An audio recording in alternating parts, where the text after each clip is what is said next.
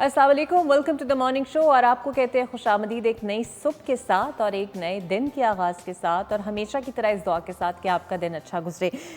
वैसे तो ये भी कहा जाता है कि जब आप दूसरों को भी दुआएं दें तब भी आपका दिन अच्छा गुजरता है, लेकिन कोई ना कोई अच्छी बात तो हम शेयर करते ही हैं, लेकिन कोशिश ये करें कि कोई अच्छी हैबिट भी डेवलप कर लिया करें। अक्सर हमारे बड़े कहा करते थे कि अगर आप अपने दिन का आगाज़ करने जा रहे हैं तो किसी ना किसी की मदद से कर दिया करें। अब ये ज़रूरी नहीं है कि आप बहुत ज़्यादा किसी को पैसे दे दें, बिकॉज़ आई नो महंगाई है, इन्फ्लेशन है और हर कोई सोचता है, लेकिन अगर आप अल्लाह की राह में देंगे तो उससे बरकत ही बढ़ती है। तो अगर किसी की थोड़ी सी आप मदद करते, कोई सदका या ज़कात कर दें, या एटलीस्ट अगर ना भी करें तो एक पोर्शन अगर आप अलग से रख लें इस नीयत के साथ कि किसी सोशल वेलफेयर के लिए ये काम आएगा या आप किसी की हेल्प करेंगे, तो मेरा ख्याल है बहुत सी चीज़ें बेहतर हो सकती हैं और अच्छी वाइब्स ऑटोमेटिकली आपके साथ आना शुरू हो जाती हैं। वैसे तो अभी मौसम भी काबिल बर्दाश्त है, बहुत सारे इलाकों में सिंध में हमने देखा बारिशें और मौसम की तब्दीलियाँ जो हैं वो बहुत वाज़े तौर पे कराची को इफ़ेक्ट कर रही हैं। पानी जगह जगह खड़ा हुआ है और उसी तर्ज पे लेकिन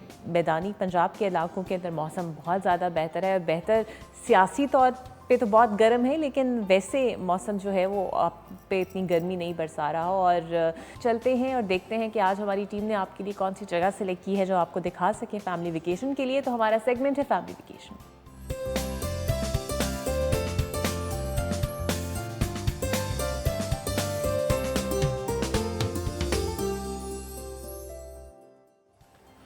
तो जनाब आज आपको सैर कराते हैं नूर महल की, इसको देखिए।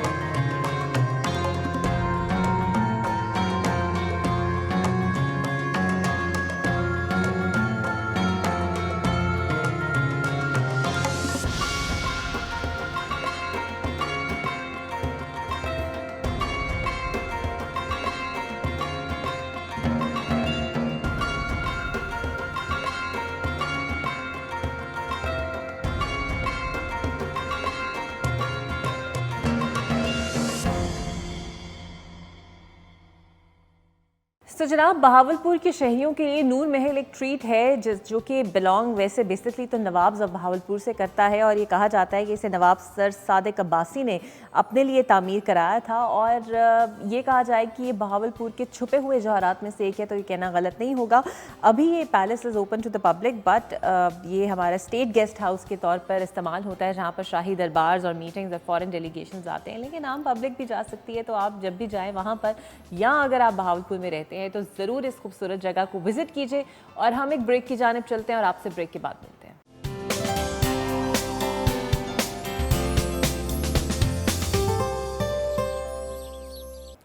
वेलकम बैक, और अब चलेंगे अपने सेगमेंट मॉर्निंग गेस्ट की जानिब।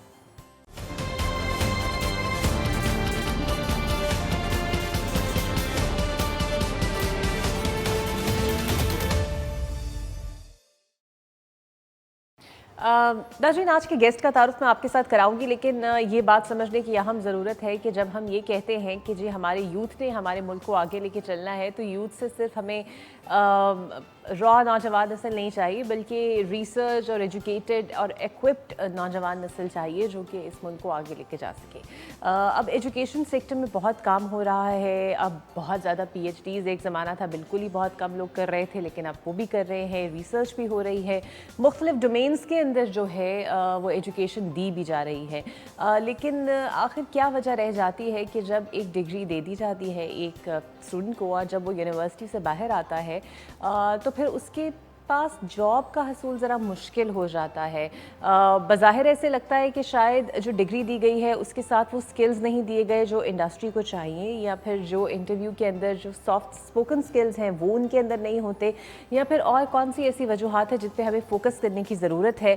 और जब मास्टर्स या फिर इससे ऊपर की लेवल की पढ़ाई करनी होती है, किन चीज़ों को मद्देनज़र रखना चाहिए और किन चीज़ों की ज़रूरत है, इन सब चीज़ों पर बात करने के लिए मेरे साथ मेरे मौजूद मेहमान मौजूद है। पहले मैं आपका तारुफ कराऊंगी डॉक्टर मोहम्मद फयाज साहब से। ये हेड ऑफ डिपार्टमेंट हैं, एसोसिएट प्रोफेसर हैं faculty of management studies administration sciences के लाहौर कॉलेज वुमेन यूनिवर्सिटी के, रिसर्चर भी हैं, एजुकेशनिस्ट भी हैं, प्रोफेशनल ट्रेनर भी हैं, और इससे पहले ये UET लाहौर के अंदर जो है वो सर्व कर चुके हैं, और चाइना से इन्होंने जो अपनी PhD है वो वहाँ पे की है, और साथ ही इन्हें बेस्ट PhD कैंडिडेट अवार्ड भी वहाँ पर दिया गया। मुख्तलिफ रिसर्च इंटरनेशनल पब्लिकेशंस में इनके आर्टिकल्स और पेपर्स भी आते रहते हैं, ये पेपर्स प्रेजेंट भी करते हैं, और आज हमारे साथ मौजूद हैं। Welcome to the show sir, बहुत शुक्रिया आपका। और इनके साथ जनाब ये हमारे पास तो यूनिवर्सिटी को रिप्रेजेंट करने के लिए तो मौजूद है, लेकिन इन तमाम यूनिवर्सिटीज़ को जिन्होंने देखना है, जिनकी रिसर्च को मैनेज करना है या फिर रिसोर्स फराहम करने हैं, प्रोफेसर डॉक्टर शाहिद मुनीर साहब चेयरपर्सन हैं पंजाब हायर एजुकेशन डिपार्टमेंट के, रिसर्चर हैं, एजुकेशनिस्ट हैं, और इससे पहले ये झंग में vice chancellor, university of Jhang के वाइस चांसलर रह चुके हैं। इनकी जो एक्सपर्टीज़ हैं वो ज़्यादा एनर्जी और एनवायरनमेंट इंजीनियरिंग में है। इसके अलावा इन्होंने केमिकल इंजीनियरिंग भी की है, MBA मार्केटिंग भी किया है डिस्टिंक्शन से, और 10 साल से ज़्यादा का इनका इंडस्ट्रियल तजर्बा भी रहा है। Welcome to the show sir, बहुत शुक्रिया आपका। Thank you. तो स्टार्टिंग फ्रॉम यू डॉक्टर साहब, अब आजकल आप एक वुमेन यूनिवर्सिटी के डिपार्टमेंट को लीड कर रहे हैं, सो आपने UET में भी पढ़ाया, यहाँ भी पढ़ाया, ख़वातीन ज़्यादा बेहतर तरीके से एंटरप्रेन्योर्स बन सकती हैं या मार्केटिंग या बिजनेस मैनेजर्स बन सकती हैं? जी, बेसिकली जब मैंने UET में तो कोर्स सिस्टम को एजुकेशन है, यहाँ पे जब हम आए तो तमाम बच्चियाँ इनरोल होती हैं। बच्चियों में अमूमन यही होता है कि डिग्री करने के बाद उनके पास जो एक ऑप्शन होती है वो जॉब के लिए जाती हैं मार्केट में, और जॉब्स की आपको कंडीशंस पता है। फिर एंड पे प्राइवेट स्कूल्स बच जाते हैं, प्राइवेट स्कूल्स के पास लिमिटेड ऑप्शंस होती हैं और बच्चियों को अच्छा पे नहीं किया जाता। इसीलिए हमने ये एक प्लान किया, मार्केट विज़िट किया, वहाँ पे हमने देखा कि जो एंटरप्रेन्योरियल इंटेंशंस हैं वो वेमेन में ज़्यादा डेवलप हो रही हैं, ज़्यादा वेमेन एंटरप्रेन्योर्स बन रही हैं, ख़ास तौर पे जब से ऑनलाइन बिज़नेस का सिस्टम स्टार्ट हुआ। कोविड एरा में जो ऑनलाइन बिजनेसेस है उसमें वेमेन काफ़ी ज़्यादा आगे आई। तो हमने भी यहाँ पे यही किया कि बच्चियों को हम ले गए टुवर्ड्स एंटरप्रेन्योरियल प्रोजेक्ट्स। हम बच्चों को उनकी इस इंटेंशंस को देखते हुए कि बच्चियाँ ज़्यादा अच्छी एंटरप्रेन्योर बन सकती हैं, ख़ास तौर पे ऑनलाइन प्लेटफॉर्म्स को यूज़ करते हुए।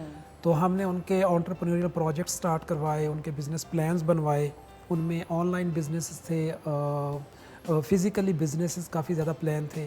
तो 2 साल से हम ये प्रैक्टिस कर रहे हैं, और अल्हम्दुलिल्लाह हमारे तकरीबन 8 से 10 ग्रुप्स ऐसे हैं जो प्रैक्टिकली उन प्रोजेक्ट्स को आगे लेके चल रहे हैं। अच्छा, यानी ऑलरेडी मार्केट में मौजूद हैं? ऑलरेडी हमारे 8 से 10 ग्रुप्स हैं जो 2 सालों में उन्हीं बिज़नेस प्लान्स को एग्जीक्यूट कर रहे हैं।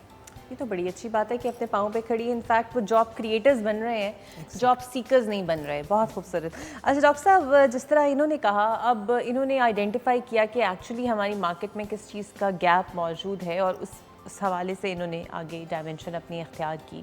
अब डिग्रीज़ आती जा रही हैं। एक ज़माना था मास कम्युनिकेशन का, लगता था लोगों को बूम है, everybody was rushing towards it. फिर IT हो गया, कंप्यूटर साइंसेस हो गए। बट मैं थोड़ी सी तवज्जो आपकी फील्ड जब मैं पढ़ रही थी, आपका प्रोफाइल एनर्जी और एनवायरनमेंट इंजीनियरिंग बेसिकली, सो हमारे पास इसके बहुत इश्यूज मौजूद हैं, और लेकिन सैडली बच्चों का रुझान इतना नहीं है। हमारे पास केमिकल इंजीनियरिंग हो गई, बायोटेक्नोलॉजी हो गई, क्लाइमेट चेंज के हवाले से हमारे पास कितने चैलेंजेस मौजूद हैं।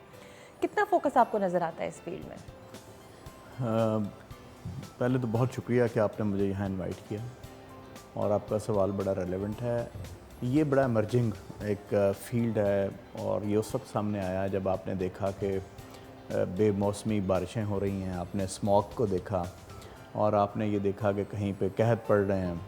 तो जैसे जैसे ग्लोब की आबादी बढ़ती चली जा रही है और इस सदी के आखिर तक ये 12 बिलियन तक पहुंच जाएगी और ह्यूमन हिस्ट्री में कभी भी ग्लोब के ऊपर इतने लोग नहीं रहे।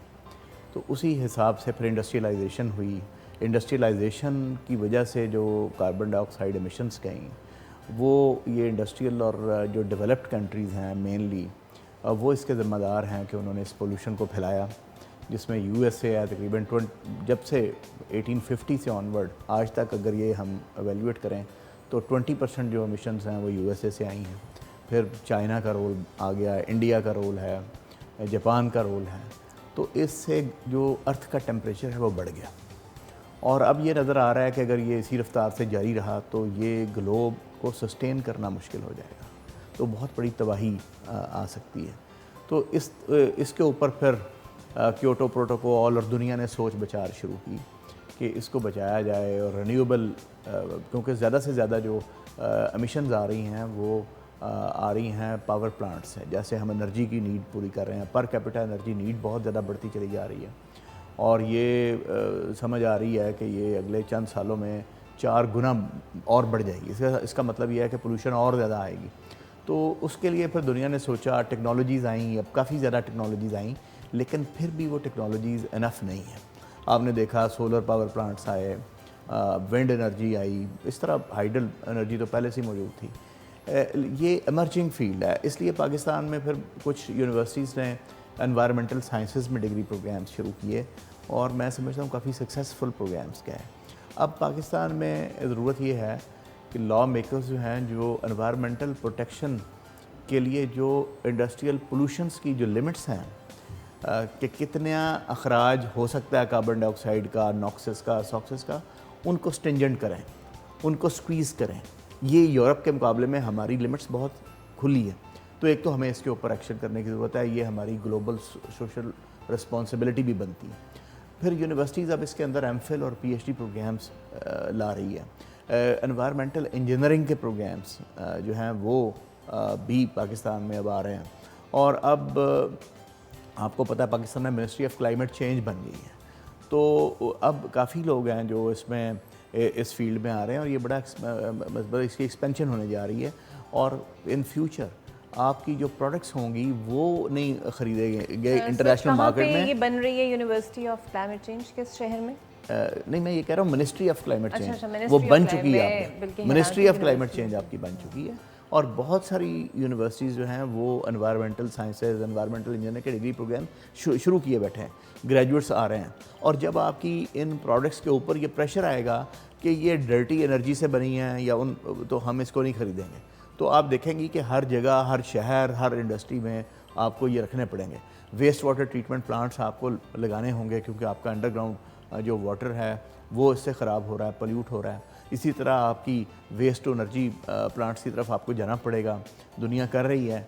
अदरवाइज़ जो है ना, ये पाकिस्तान के लिए बहुत इशूज़ होंगे। पाकिस्तान के दोनों हमसाए चीन और हिंदुस्तान, ये दोनों ही बहुत ज़्यादा ज़िम्मेदार हैं एनवायरनमेंट को पोल्यूट करने के। चाइना में कोयले से 10 लाख मेगावाट बिजली बन रही है और जो एनवायरमेंटल पोल्यूशन कंट्रोल टेक्नोलॉजीज़ हैं वो हर प्लांट के साथ वहाँ अवेलेबल नहीं। यही हाल इंडिया का है जहाँ 4 लाख मेगावाट कोयले से बनाई जा रही है और पाकिस्तान का कार्बन फुटप्रिंट बहुत थोड़ा है। तो इसलिए पाकिस्तान ज़िम्मेदार अगरचे इसका नहीं है पोल्यूशन का, लेकिन हमें अपने इंडस्ट्रियल प्रोसेसेस को मॉडिफाई करना है और एनवायरमेंटल पोल्यूशन कंट्रोल टेक्नोलॉजीज़ को इंटीग्रेट करना है और ये हम अपने स्टूडेंट्स में अंदर इनकलकेट कर रहे हैं। दूसरी चीज़ जो बड़ी ज़रूरी है, जो हम समझ रहे हैं कि करिकुलम के अंदर बच्चों को बचपन से ही ये सेंसिटाइज़ करना चाहिए कि वो एक ज़िम्मेदार शहरी हों। आपने महज़्ज़ब मुल्कों में देखा है कि वहाँ डस्टबिन भी डिफरेंट कलर के रखे गए हैं कि रिसाइकलेबल्स आपने किस में डालने हैं, प्लास्टिक, कागज़ और वो, ताकि आपको ये मालूम हो कि आपने अपने एनवायरनमेंट को क्लीन रखना है। और ये हमारे दीन का भी ये हुक्म है कि ये हम इंसान जो है इस दुनिया में अल्लाह ताला का एक खलीफा है, एक नायब है और ये ग्लोब उसके हवाले किया गया। तो उस ग्लोब को सिक्योर करना भी इंसान की ज़िम्मेदारी है। अदरवाइज़ ये हम बर्बादी की तरफ जाएंगे कि और इससे हीट बढ़ेगी, उस बढ़ने से समंदरों में वेपोरेशन बढ़ेगी और उससे बारिशें आएंगी, फ्लड्स आएंगे। और पाकिस्तान आप देख रहे हैं कि हर वक्त उसके साथ क्या हो रहा है। पाकिस्तान अच्छा डॉक्टर साहब, अब जिस तरह बिजनेस और मार्केटिंग फील्ड्स बहुत वास्ट हो गई हैं, ये महदूद अब एडमिनिस्ट्रेशन, फाइनेंस या मार्केटिंग तक नहीं रही। टूरिज़्म मैनेजमेंट आ गई है, इसके अंदर हॉस्पिटैलिटी मैनेजमेंट आ गई है। लड़कियों में रुझान कितना इन फील्ड्स को लेकर? हमने इसी चीज़ को देखते हुए, जिस तरह पिछले कुछ सालों में hospitality industry, tourism industry grow कर रही है पाकिस्तान में, उसके ऊपर गवर्नमेंट का काफ़ी फोकस रहा है। हमने एक प्रोग्राम स्टार्ट किया लास्ट ईयर ही, उसको हमने अप्रूवल्स लिए, NOC HEC से लिया, MBA specialisation in tourism and hospitality management. इस प्रोग्राम का ऑब्जेक्टिव ही यही है कि बच्चों को जो ट्रेडिशनल स्पेशलाइजेशंस हैं, ट्रेडिशनल फील्ड्स हैं, उससे थोड़ा सा डाइवर्ट किया जाए। नो डाउट हमने जब MBA इंट्रोड्यूस करवाया तो उसमें specialisation entrepreneurship, HR, marketing, finance तीनों रखी, लेकिन उसके अंदर हमने एक चीज़ ऐड की, वो थी tourism and hospitality management. Traditional जो स्पेशलाइजेशन है उसमें जॉब लिमिटेड होती जा रही है जी।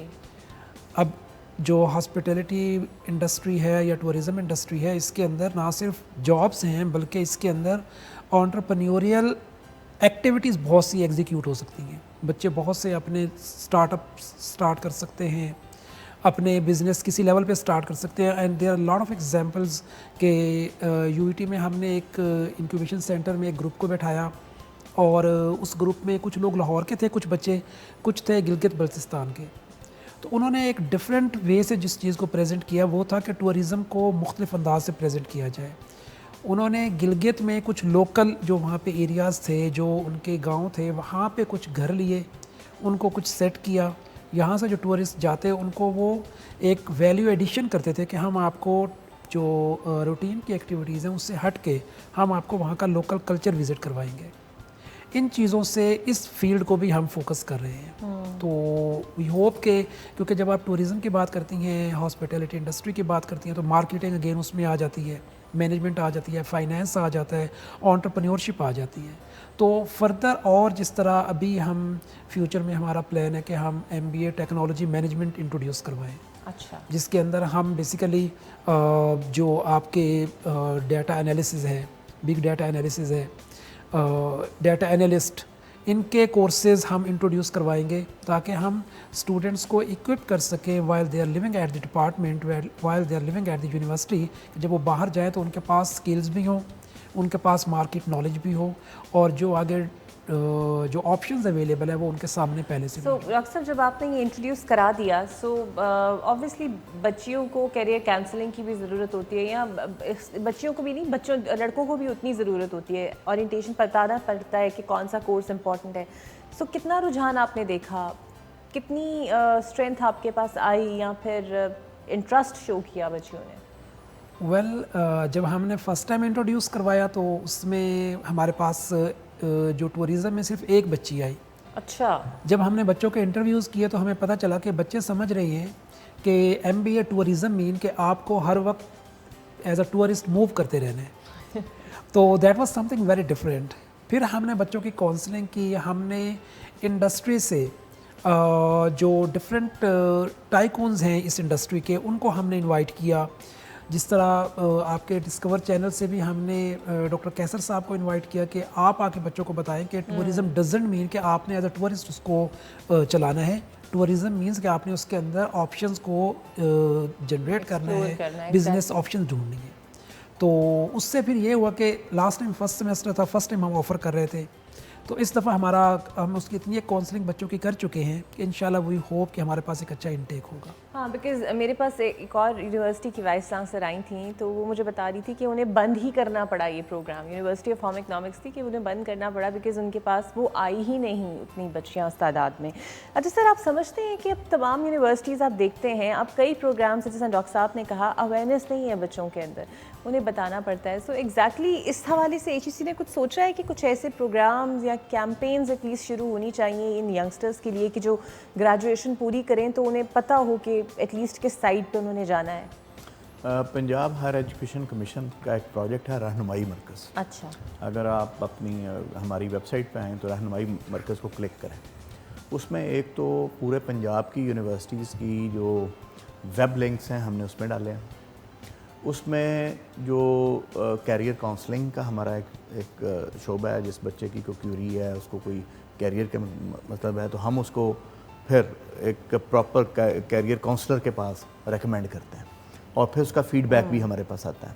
फिर वो एक क्लिक के ऊपर पूरे पाकिस्तान में, पूरे पंजाब में जितने प्रोग्राम्स, जितनी हमारी यूनिवर्सिटीज़ हैं प्राइवेट या पब्लिक, वो ऑफ़र कर रही हैं। फॉर इंस्टेंस अगर आप देखें कि यही टूरिज़म एंड हॉस्पिटैलिटी मैनेजमेंट, तो वो अगर ये करना चाहती है प्रोग्राम डालें, और अगर वो देखना चाहती हैं कि ये वुमेन यूनिवर्सिटीज़ के कौन कौन सी करा रही हैं तो वो खुल जाएंगी। अगर वो देखें कि को एजुकेशन में कहाँ कहाँ हुआ है वो भी खुल जाएंगी। उनका फ़ी स्ट्रक्चर क्या है वो भी खुल जाएगा। उनकी जो प्रॉस्पेक्टसेस के लिंक्स हैं वो भी खुल जाएंगे। तो और अगर उन्हें कैरियर काउंसलिंग की ज़रूरत है तो उसमें भी वो हमसे कांटेक्ट कर सकती हैं। वो सर्विसेज हम उन्हें प्रोवाइड करते हैं, और हमारे साथ एसोसिएटेड जो यूनिवर्सिटीज़ हैं वहाँ के जो साइकोलॉजिकल अपना जो हर यूनिवर्सिटी के अंदर भी एक कैरियर काउंसलिंग ऑफिस है, तो उनसे भी हम सपोर्ट ले लेते हैं। तो हम कोशिश कर रहे हैं कि हम कैरियर काउंसलिंग भी उनकी की जा सके। दूसरी बात, मेरा एक मानना ये है कि हर शोबा जो है ना उसके अंदर अनलिमिटेड एवेन्यूज़ हैं। वो चाहे आपने पंजाबी में ही क्यों नहीं मास्टर्स या पीएचडी की है, और तो आप अगर कहेंगे कि पंजाबी में जॉब मार्केट कोई नहीं है, तो मैं आपसे ये कहूँगा कि अगर आप उसमें डूब जाएं, अगर आप अपने आप को उसके अंदर सिंक इन कर लें, तो आप पंजाबी में भी बहुत बड़ा नाम बन जाएंगे। ये शोबा नो डाउट इम्पॉर्टेंट है, लेकिन मैं ये समझता हूँ कि अगर आप एक्स्ट्रॉर्डनरी हैं, अगर आप एक्सेप्शनल हैं, तो आप हर शोबे में अपना नाम पैदा करेंगे। तो एक तो ये ज़रूरी है। दूसरा, जो डॉक्टर साहब फरमा रहे हैं एंटरप्रेन्योरशिप, ये हर यूनिवर्सिटी को हम कह रहे हैं कि वो अपने करिकुलम का हिस्सा बनाए, इसलिए कि दुनिया में कोई यूनिवर्सिटी और कोई गवर्नमेंट और कोई प्राइवेट सेक्टर 100% एम्प्लॉयमेंट आपकी यूथ को नहीं दे पाएगा। ये एंटरप्रेन्योरशिप होगी जिससे आप एंटरप्रेन्योरर अगर प्रोड्यूस करते हैं तो वो दूसरे लोगों को एम्प्लॉय करेंगे। This is the only solution. For instance, मैं MIT की एक एग्जांपल आपके सामने रखता हूँ। MIT Massachusetts institute of technology, ये दुनिया में इंजीनियरिंग का सबसे अच्छा अदारा समझा जाता है। इसके ग्रेजुएट्स ने 400 कंपनीज बनाई हैं, यानी वो एंटरप्रेन्योर बने, और उनके जो रेवेन्यूज़ हैं वो तकरीबन $300 बिलियन से ज़ायद हैं। हमारी टोटल जो आपकी एक्सपोर्ट अर्निंग्स हैं वो $30 बिलियन है। तो ये एक यूनिवर्सिटी के ग्रेजुएट्स जो रेवेन्यू जनरेट कर रहे हैं अपने बिजनेसेस से, वो $300 बिलियन एनुअली हैं। तो इस तरह से अगर आप देखें तो जब तक आपके लोग एंटरप्रेन्योर नहीं बनेंगे और वो नए नए इनोवेटिव आइडिया के साथ बिजनेसेस के अंदर मॉडिफिकेशन नहीं लाएंगे, और वो लोगों को उस वक्त तक पाकिस्तान की इकोनॉमी भी एक्सपैंड नहीं करेगी।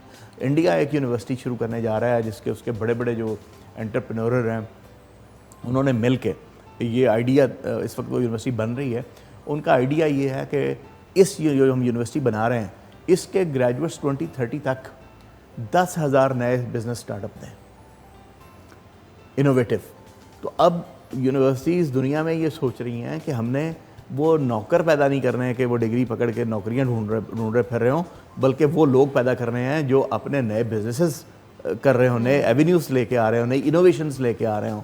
तो अब हमारी पूरे पाकिस्तान से जो पेटेंट्स रजिस्टर हुए हैं इस साल, वो सिर्फ 388 हैं। इंडिया में 1,80,000 हैं। और मैं आपको अगर USA की एग्जांपल दूं तो एक साल में सिर्फ प्लास्टिक आइटम्स, जो इनोवेटिव आइटम्स हैं, उसके 4,000 पेटेंट्स रजिस्टर हो रहे हैं। तो आपको अपनी इस यूनिवर्सिटीज़ का बुनियादी जो काम है वो है क्रिएशन ऑफ न्यू नॉलेज, और वो क्रिएशन ऑफ न्यू नॉलेज जो है वो आएगा रिसर्च एंड डेवलपमेंट के साथ। तो पंजाब हायर एजुकेशन कमीशन की ये कोशिश है कि वो यूनिवर्सिटीज़ को ये भूला हुआ सबक याद कराने की कोशिश करें कि dissemination of knowledge is your secondary function. बड़ी अच्छी बात है, आप क्वालिटी के ग्रेजुएट्स पैदा करेंगे, लेकिन आप रिसर्च के बाद आएँ, जो पेटेंट्स आप करवाएं, जो आपने प्रोडक्ट्स लाए हैं उनको लाएं, उनको शोकेस करें, ताकि इंडस्ट्रियलिस्ट और जो इन्वेस्टर्स हैं वो आपसे फ़ायदा उठा सकें। ये एक विन विन सिचुएशन होगी। अगर आप इसी तरह कैम्ब्रिज यूनिवर्सिटी को देखेंगे तो वहाँ के प्रोफेसर जो हैं वो इनोवेशंस करते हैं, और वो इंडस्ट्रियलिस्ट के साथ अपना कोलैबोरेशन करते हैं, उसके पायलट्स जनरेट करते हैं। उससे रॉयल्टी यूनिवर्सिटी को भी मिल रही है, रिसर्चर को भी मिल रही है, और दुनिया में एक वो पैसे भी कमा रहे हैं। ये अब यूनिवर्सिटीज़ कितना इसको याद रखती हैं, डॉक्टर साहब से इसका जवाब लेते हैं एक ब्रेक के बाद आपको ज्वाइन करते हैं।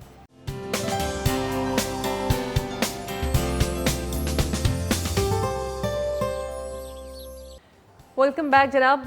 तो हम हायर एजुकेशन के हवाले से और स्टूडेंट्स की एप्टीट्यूड और स्किल्स के हवाले से बात कर रहे हैं। डॉक्टर साहब, रिसर्च जिस तरह इन्होंने कहा कि बड़ी इंपॉर्टेंट है और यूनिवर्सिटीज़ को फोकस करना चाहिए, कितना यूनिवर्सिटीज़ पे इस पे काम हो रहा है जनरली, बिकॉज आप तो खुद भी यूनिवर्सिटी में ही पढ़ा रहे हैं आजकल और हेड भी कर रहे हैं डिपार्टमेंट, कितना फोकस किया जाता है और जिस तरह इन्होंने कहा कि इनोवेशंस आनी चाहिए उस पर काम होता है?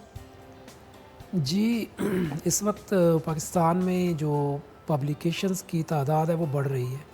काफ़ी अच्छे जर्नल्स में अच्छी पब्लिकेशंस आ रही हैं, बट अगेन प्रॉब्लम वहीं पे है जो डॉक्टर साहब फरमा रहे हैं कि प्रैक्टिकली चीज़ कहाँ एग्जिस्ट कर रही है, पेटेंट्स कितने आ रहे हैं। हमारी पब्लिकेशंस बढ़ रही हैं, उसके अंदर जो प्रैक्टिकल चीज़ें हैं जो मार्केट में जो जिसका सोसाइटी पे इम्पेक्ट है वो कम है। नंबर ऑफ़ पब्लिकेशंस बढ़ रही हैं, हम वर्ल्ड रैंकिंग में भी ऊपर आ रहे हैं, लेकिन उसकी जो प्रैक्टिकल इम्प्लीकेशंस हैं वो बहुत कम हो गई हैं। इसी वजह से आपकी जो अगेन मैं इस तरफ ही आऊँगा, इस वक्त अगर मैनेजमेंट साइंस में देखें तो एंटरप्रेन्योरशिप के ऊपर, ये टूरिज़म एंड हॉस्पिटैलिटी के ऊपर बेतहाशा जर्नल्स हैं। HR के इतने वेल रेप्यूटेड जर्नल्स हैं जिनका इम्पैक्ट फैक्टर लाइक काफ़ी हाई जा चुका है, बट प्रैक्टिकली देखें तो HR प्रैक्टिकली इम्प्लीमेंट कहाँ पे हो रहा है। यहाँ पे बेतहाशा लोग थीसिस कर रहे हैं, MS, MPhil, PhD। अगर मैं अपनी फील्ड में देखूँ, मैनेजमेंट साइंस, टेक्नोलॉजी मैनेजमेंट में, वहाँ पे काम हो रहा है, पब्लिकेशंस हो रही हैं, लेकिन उसका सोसाइटी में इम्पैक्ट कहाँ पे है, सोसाइटी में प्रैक्टिकल उसकी एग्जिस्टेंस कहाँ पे है, वो एक बहुत बड़ा गैप है। और यही एक रीज़न बनती है कि हमारे पेटेंट्स कम हो रहे हैं। लास्ट टाइम मैं एक देख रहा था कि पाकिस्तान में जो इंडिविजुअल पब्लिकेशंस हैं, जो जॉइंट कोलैबोरेशंस हैं विद अदर कंट्रीज़, उसमें पाकिस्तानी स्कॉलर्स बहुत ऊपर आ रहे हैं। प्रैक्टिकली उसकी चीज़ें नज़र नहीं आती। That is a big gap, I think it should be addressed. तो डॉक्टर साहब, जब ये चीज़ें मौजूद हैं, अच्छा पब्लिकेशंस के हवाले से भी अब हम अगर बहुत ज़्यादा डिटेल में जाएं तो एक नई बहस हो जाएगी। बहुत सारे लोगों ने सबऑर्डिनेट्स रखे होते हैं, पता नहीं कहाँ से कोई रिसर्च होता है, पैसे लेके भी हो जाती है। So it's another debate, but it's a part of the system that's working. ये जो एक गिला किया जाता है, अक्सर कासिम अली शाह साहब भी आते हैं हमारे पास प्रोग्राम में और वो भी ये कहते हैं कि जिस तरह बड़ी बड़ी कंपनीज़ हैं, नेस्ले हो गई, मल्टीनेशनल्स कंपनीज़ हो गई, XYZ, जो पब्लिक यूनिवर्सिटीज़ के जो बच्चे हैं या बच्चियां हैं, जब वो जॉब अप्लाई करने के लिए जाते हैं, सो एग्जैक्टली उनको वो चीज़ नहीं मिलती, स्किल्स नहीं मिलते जो डिग्री को देने चाहिए। आपको लगता है कि कहीं ना कहीं करिकुलम में कोई मसला है, या फिर वो स्किल्स जो चाहिए उन्हें देने के लिए हमारे पास वो क्रेडिट आवर्स नहीं बचते या टाइम नहीं बचता? ये एक दूसरी साइड आपने अच्छी हाईलाइट की है। एकेडेमिया में इस वक्त काम अगेन वही क्लासेस हो रही हैं, एक टीचिंग हो रही है, लेकिन इंडस्ट्री, एकेडेमिया इंडस्ट्री गैप जो है ना वो स्टिल एग्जिस्ट कर रहा है। अगर यूनिवर्सिटीज़ में बेसिक फोरम होता है बोर्ड ऑफ स्टडीज़, अगर एकेडेमिया बोर्ड ऑफ स्टडीज़ में इंडस्ट्री के लोगों को इन्वॉल्व करे, उनसे इनपुट ले, उनकी रिक्वायरमेंट पूछे। ये हमारी कौंसिल है, national business education accreditation council, उस काउंसिल ने ये मैंडेटरी किया है कि आपकी BOS में नुमाइंदगी ज़रूर हो इंडस्ट्री के किसी बंदे की। अच्छा। उसका ऑब्जेक्टिव यही है कि वो लोग बताते हैं कि हमारी रिक्वायरमेंट ये हैं, और इसका बेहतरीन हल होता है कि आप इंडस्ट्री के ज़्यादा लोगों को इनवाइट करें अपनी BOS में, आप उनका इनपुट लें करिकुलम डिज़ाइन में। हमने करिकुलम डिज़ाइन में ऑनेस्टली स्पीकिंग मुझे कुछ दिन पहले देख के बड़ा अजीब लगा कि हमारी VC साहबा ने इसको बड़ा हाईलाइट किया एक एकेडमिक काउंसिल की मीटिंग में कि जो बुक्स हैं वो अभी तक 90s की चल रही हैं, बुक्स अपडेट तक नहीं होती। तो करिकुलम में ये चेंजेस बड़ी ज़रूरी हैं कि लेटेस्ट बुक्स, लेटेस्ट प्रैक्टिसेस, और ख़ास तौर पे जो बाकी दुनिया में जो हार्वर्ड MIT करते हैं कि केस स्टडीज़ बच्चों को पढ़ाएं। उसका तो कॉन्सेप्ट ही नहीं है। अक्सर लोगों को तो पता ही केस स्टडीज़ का चलता है जब वो मास्टर्स में आते हैं। कल हम ये बात कर रहे थे कि स्कूल्स में भी कुछ ऐसा होना चाहिए कि प्रॉब्लम सॉल्विंग थिंकिंग तो बच्चे को आनी चाहिए ताकि आगे जाए तो उसके लिए प्रॉब्लम ना हो, कोई चीज़ नहीं हो। केस स्टडी को आप इनकॉर्पोरेट करें, और उसके कर रहे हैं। लाइक अब हम इस लेवल तक हमने ये किया कि हमने जो कौंसल की रिक्वायरमेंट्स थी उसके मुताबिक इंडस्ट्री के लोगों को अपनी कौंसल उसमें लेके आए BOS में। उसका सबसे बड़ा इम्पैक्ट ये आया कि हमारा करिकुलम जो है ना पिछले साल की निस्बत वो इम्प्रूव होना शुरू हुआ। इस साल हम करिकुलम रिव्यू के लिए पूरी एक एक्टिविटी कर रहे हैं जो 1 मंथ की है। उसमें हमने 4 यूनिवर्सिटीज़ इस वक्त साउथ फ्लोरिडा यूनिवर्सिटी, एक रोमानिया से प्रोफेसर अद्रियाना है, एक टर्की से हैं और एक UK से डॉक्टर शाकिब है। इन 4 लोगों को हमने BOS में लिया होता है। ये ऑनलाइन होते हैं और हमारे करिकुलम में हमें हेल्प कर रहे होते हैं other than experts from Pakistan. उसके साथ उसका मेन ऑब्जेक्टिव यही है कि करिकुलम इस हद तक बेहतर कर लिया जाए कि आपकी मार्केट में डिमांड पूरी हो रही हो। सेकेंडली उसको हमने एक और स्टेप किया कि हमारे यहाँ इंटर्नशिप्स का रिवाज कम हो रहा है। अच्छा। अगर हम बच्चों को इंटर्नशिप्स मैंडेटरी करें, हमारे यहाँ हमने ये लास्ट टाइम किया कि internship with 0 credit hour mandatory कर दी, एंटरप्रेन्योरल प्रोजेक्ट मैंडेटरी किया और उस प्रोजेक्ट के लिए हमने जो एक्सपर्ट बुलाए वो इंडस्ट्री के जो CEOs हैं, हमने लास्ट टाइम 12 CEOs बुलाए डिफरेंट कंपनीज से। बिल्कुल। उसके साथ बच्चों को बड़ी इंकरेजमेंट हुई कि उन्होंने किस तरह से अपने प्रोजेक्ट को आगे लेके चलना है। इंडस्ट्री से लोगों ने 2 कंपनीज़ ने प्रॉपर बच्चों को फाइनेंशियली सपोर्ट किया कि आप अपने बिज़नेस को एग्जीक्यूट करें। तो ये स्टार्ट होना चाहिए करिकुलम रिवीजन से और इसकी जो आउटकम है ना उसको एवेल्यूएट ज़रूर होना चाहिए according to my point of view. बड़ी खूबसूरत बात है। और आजकल तो वैसे भी जब स्टार्टअप्स का दौर आ गया है और स्टार्टअप्स इतने फ्लरिश कर रहे हैं, पता नहीं क्यों हमारे बच्चे जो है साइड पे फोकस नहीं करते। Sir, as a chairperson Punjab HEC, कौन से चैलेंजेस आपको लगता है जो ओवरकम करने की बड़ी अशद ज़रूरत है और कहीं ना कहीं हर्डल्स उसमें आ जाती हैं? बहुत सारे चैलेंजेस हैं। पहली जो मैंने रिसर्च की बात की थी और आप इससे इत्तफाक करेंगी कि पाकिस्तानी यूनिवर्सिटीज़ में जो रिसर्च हो रही है, मोस्ट ऑफ द रिसर्च जो है वो शेल्फ हो जाती है, अलमारियों में पड़ी रहती है, उसके ऊपर गर्द पड़ती रहती है। इनफैक्ट वो जो थीसिस फेयर होने चाहिए जिसमें आप इंडस्ट्री के लोगों को बुलाएं, बिज़नेस के लोगों को बुलाएं और वो आके टॉपिक्स दें ताकि पाकिस्तान के इंडिजिनस इश्यूज़ के ऊपर रिसर्च हो सके।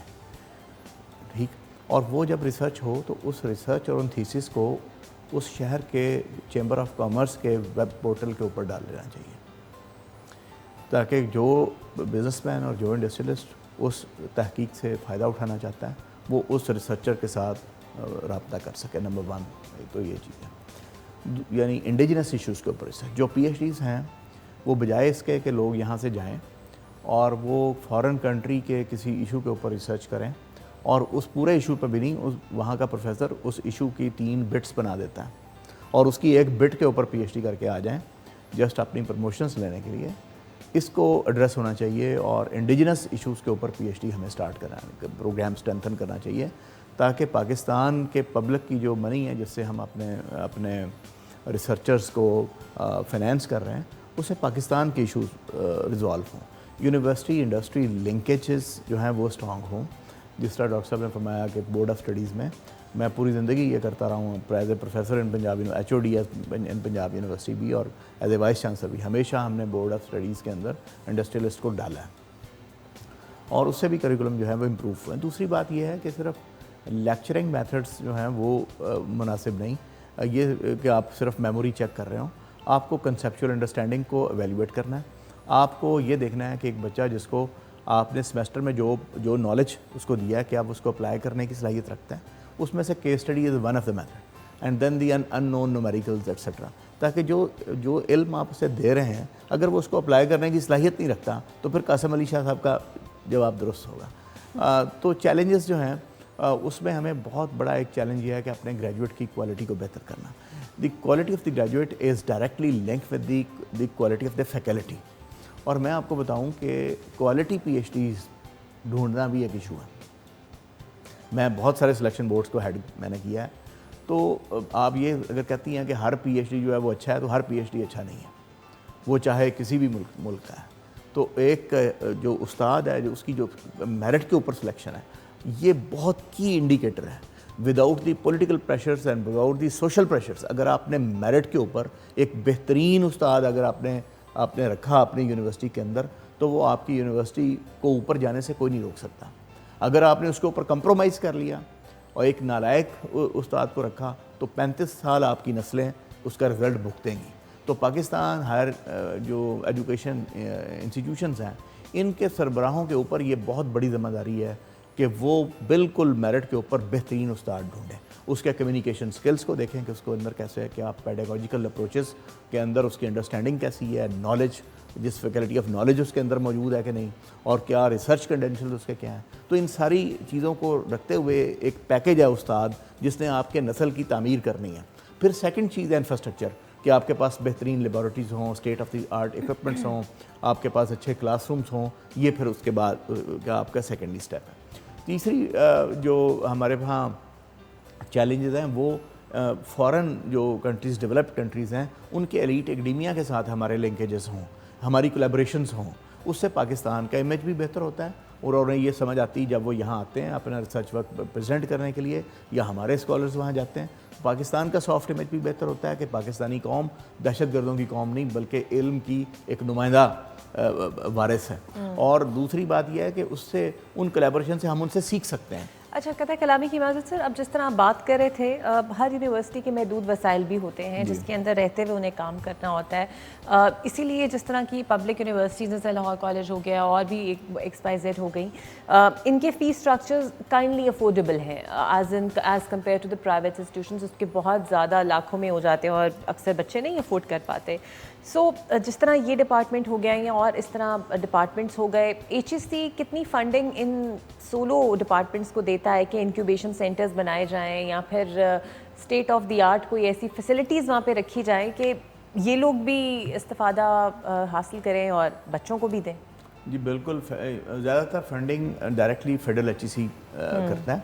हम भी करते हैं लेकिन हमारी फंडिंग काफ़ी लिमिटेड है compare to the federal HEC, और ऐसी फंडिंग्स इन सारी यूनिवर्सिटीज़ को दी जाती है।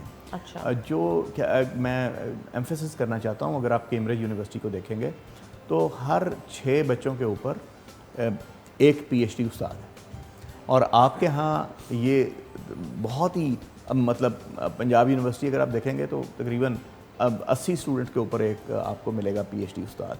तो कैम्ब्रिज एक ऐसी यूनिवर्सिटी है जिसने 110 से ज़्यादा नोबल लॉरिएट पैदा किए हैं, और उसका एक कॉलेज ट्रिनिटी कॉलेज है जिसने 33 नोबल लॉरिएट पैदा किए हैं। तो एक की इंडिकेटर ये है कि अब PhD faculty versus student ratio, तो हम इन यूनिवर्सिटीज़ को ये आप कह रहे हैं कि आप अपनी ये इस रेशो को ठीक करें कि स्टूडेंट और जो वसाइल आप कह रही हैं लिमिटेड, हमें अपनी एडमिनिस्ट्रेशन को लीन रखना चाहिए और स्टूडेंट वर्सेस एम्प्लॉई रेशो को मॉनिटर करना चाहिए, और उस हिसाब से अगर हम अपनी गवर्नेंस को इम्प्रूव करेंगे और तो उससे मेरा ख्याल है कि वसाइल पैदा भी किए जा सकते हैं। और दूसरा, यूनिवर्सिटीज़ चूँकि इनके जो वसाइल हैं उसका जो मेजर चंक है वो आ रहा है फ़ी रेवेन्यूज से। हालांकि अगर ये पेटेंट्स प्रोड्यूस करेंगे, रिसर्च प्रोड्यूस करेंगे, तो उससे इनके अल्टरनेटिव सोर्सेस जनरेट होंगे और ये सेल्फ सस्टेन कर सकेंगी। तीसरी बात ये है कि इंडोमेंट्स नहीं बना रही यूनिवर्सिटीज़, तो मैंने ये कह रहे हैं कि research endowment, student scholarship endowment, अपनी इंडोमेंट्स खड़ी करें। जितनी दुनिया की बड़ी यूनिवर्सिटीज़ हैं, अगर आप ऑक्सफोर्ड यूनिवर्सिटी को ले लें, कैम्ब्रिज यूनिवर्सिटी को ले लें, MIT, तकरीबन 15 बिलियन पाउंड की सिर्फ रिसर्च इंडोमेंट फंड है, और आप देखेंगे इनके पास it's a huge money, 15 billion pound, उसके इंटरेस्ट से ही वो अपनी सारी रिसर्च को चला रहे हैं। तो आपके पास केस स्टडीज़ मौजूद हैं कि उन यूनिवर्सिटीज़ ने किस तरीके से तरक्की की है। तो अगर हम भी अपने वसाइल को इस तरह अक्लमंदी के साथ गवर्नेंस ठीक करें, अपनी इंडोमेंट्स खड़ी करें और उससे अपने रिसर्च प्रोग्राम्स को चलाएं, तो इससे गवर्नमेंट के ऊपर भी फंडिंग बोझ जो है कम होगा। दूसरी बात यह है कि मैं बड़ा कॉन्फिडेंट हूँ कि पब्लिक सेक्टर यूनिवर्सिटीज़ के बच्चे काफ़ी अच्छा परफॉर्म करते हैं। अगर हर साल आप अपने CSS के एग्ज़ाम्स को देख लें तो आप कंपेयर कर लेंगे कि जो पब्लिक सेक्टर यूनिवर्सिटीज़ के ही मैक्सिमम जो शेयर है पाई वो वहाँ से आएगा। अगर आप दूसरी भी जॉब मार्केट में देखें तो हाँ, पब्लिक सेक्टर यूनिवर्सिटीज़ को ये चाहिए, और मैं एज ए वाइस चांसलर करता रहा हूँ कि इनके लिए मॉक इंटरव्यूज़ हम करते रहे हैं और उसमें हम उन्हें सॉफ्ट स्किल्स की ट्रेनिंग देते रहे हैं, और वो जो हैं रोज़गार सेंटर्स यूनिवर्सिटीज़ में बन गए हैं जहाँ ये कॉमर्स की दी जा रही है, ट्रेनिंग्स दी जा रही हैं। तो दे आर इम्प्रूविंग, लेकिन बहुत ज़्यादा कुछ हमें करने की ज़रूरत है। और पब्लिक सेक्टर यूनिवर्सिटीज़ बहुत अच्छा डिलीवर कर ली पिछले 10 साल के अंदर। पब्लिक सेक्टर यूनिवर्सिटीज़ ने बहुत अच्छा डिस्प्ले किया अपनी परफॉर्मेंस से, लेकिन स्टिल जो हमारा टारगेट है वो दुनिया की बेहतरीन यूनिवर्सिटीज़ हैं, टॉप 500 यूनिवर्सिटीज़ के अंदर इनको लाना है। और उसके लिए जो QS रैंकिंग के पैरामीटर्स हैं उन पैरामीटर्स के ऊपर हम काम कर रहे हैं। इनकी बात बिल्कुल ठीक है कि पेटेंट जब तक नहीं आते, सिर्फ आप एक ऐसी थोरेटिकल रिसर्च है, उसका हमें हमारे सोसाइटी को, हमारे मुल्क को फ़ायदा नहीं है। अप्लाइड रिसर्च की तरफ जाना है। बिल्कुल सर, मेरा ख्याल है अब इसके ऊपर ज़्यादा आपको फोकस, स्टूडेंट्स को भी उनका रुझान लाना पड़ेगा कि पेटेंट्स पे काम किया जाए या ऐसी कॉन्सेप्ट्स पे काम किया जाए। अगर अपने डायनामिक्स को ही हम देख लें तो बहुत तब्दीली इसमें वाज़ेह हो सकती है। ऐसा ही है, स्टूडेंट्स का भी अब रुझान जो है, आई मीन अगर उनको प्रैक्टिकल करने के लिए लैब्स अवेलेबल हों, बिल्कुल बाहर के कंट्रीज़ में लैब्स होती हैं 24 आवर्स अवेलेबल हैं। उसके अलावा उनके यहाँ जो ये सपोर्ट होती है रिसर्च की बहुत ज़्यादा होती है, रिसर्च फंडिंग बहुत ज़्यादा होती है। ठीक है। तो उनके ऊपर जिस तरह डॉक्टर साहब फरमा रहे हैं कि नो डाउट मेन जो सेंट्रल HEC है वो फोकस कर रहा है, काम भी कर रहा है, but still there are many things to be focused. बिल्कुल जनाब, और इसीलिए हमने ये डायलॉग भी रखा कि हमें थोड़ी सी हमें भी नोहा होनी चाहिए कि एग्जैक्टली हो क्या रहा है, और सब कुछ जिम्मेदारियां इदारों पे नहीं डाल लेनी चाहिए। स्टूडेंट्स को खुद भी इतना इक्विप्ड होना चाहिए कि उन्हें पता हो कि एग्जैक्टली उन्होंने किस फील्ड में जाना है, अपने लिए क्या चुनना है, बिकॉज कुआं खुद चल के प्यासे के पास तो नहीं आता, उन्होंने खुद अपनी अपॉर्चुनिटीज़ तलाश करनी है। बहुत शुक्रिया डॉक्टर फैज़ साहब आपका, बहुत शुक्रिया डॉक्टर शाहिद मुनीर साहब आपका। सो आई होप इस सेशन से इन्फॉर्मेशन जितनी मुझे मिली होगी उतनी आपको भी मिली होगी। इनका भी शुक्रिया अदा करूँगी। आपने कहीं नहीं जाना, आपसे ब्रेक के बाद में।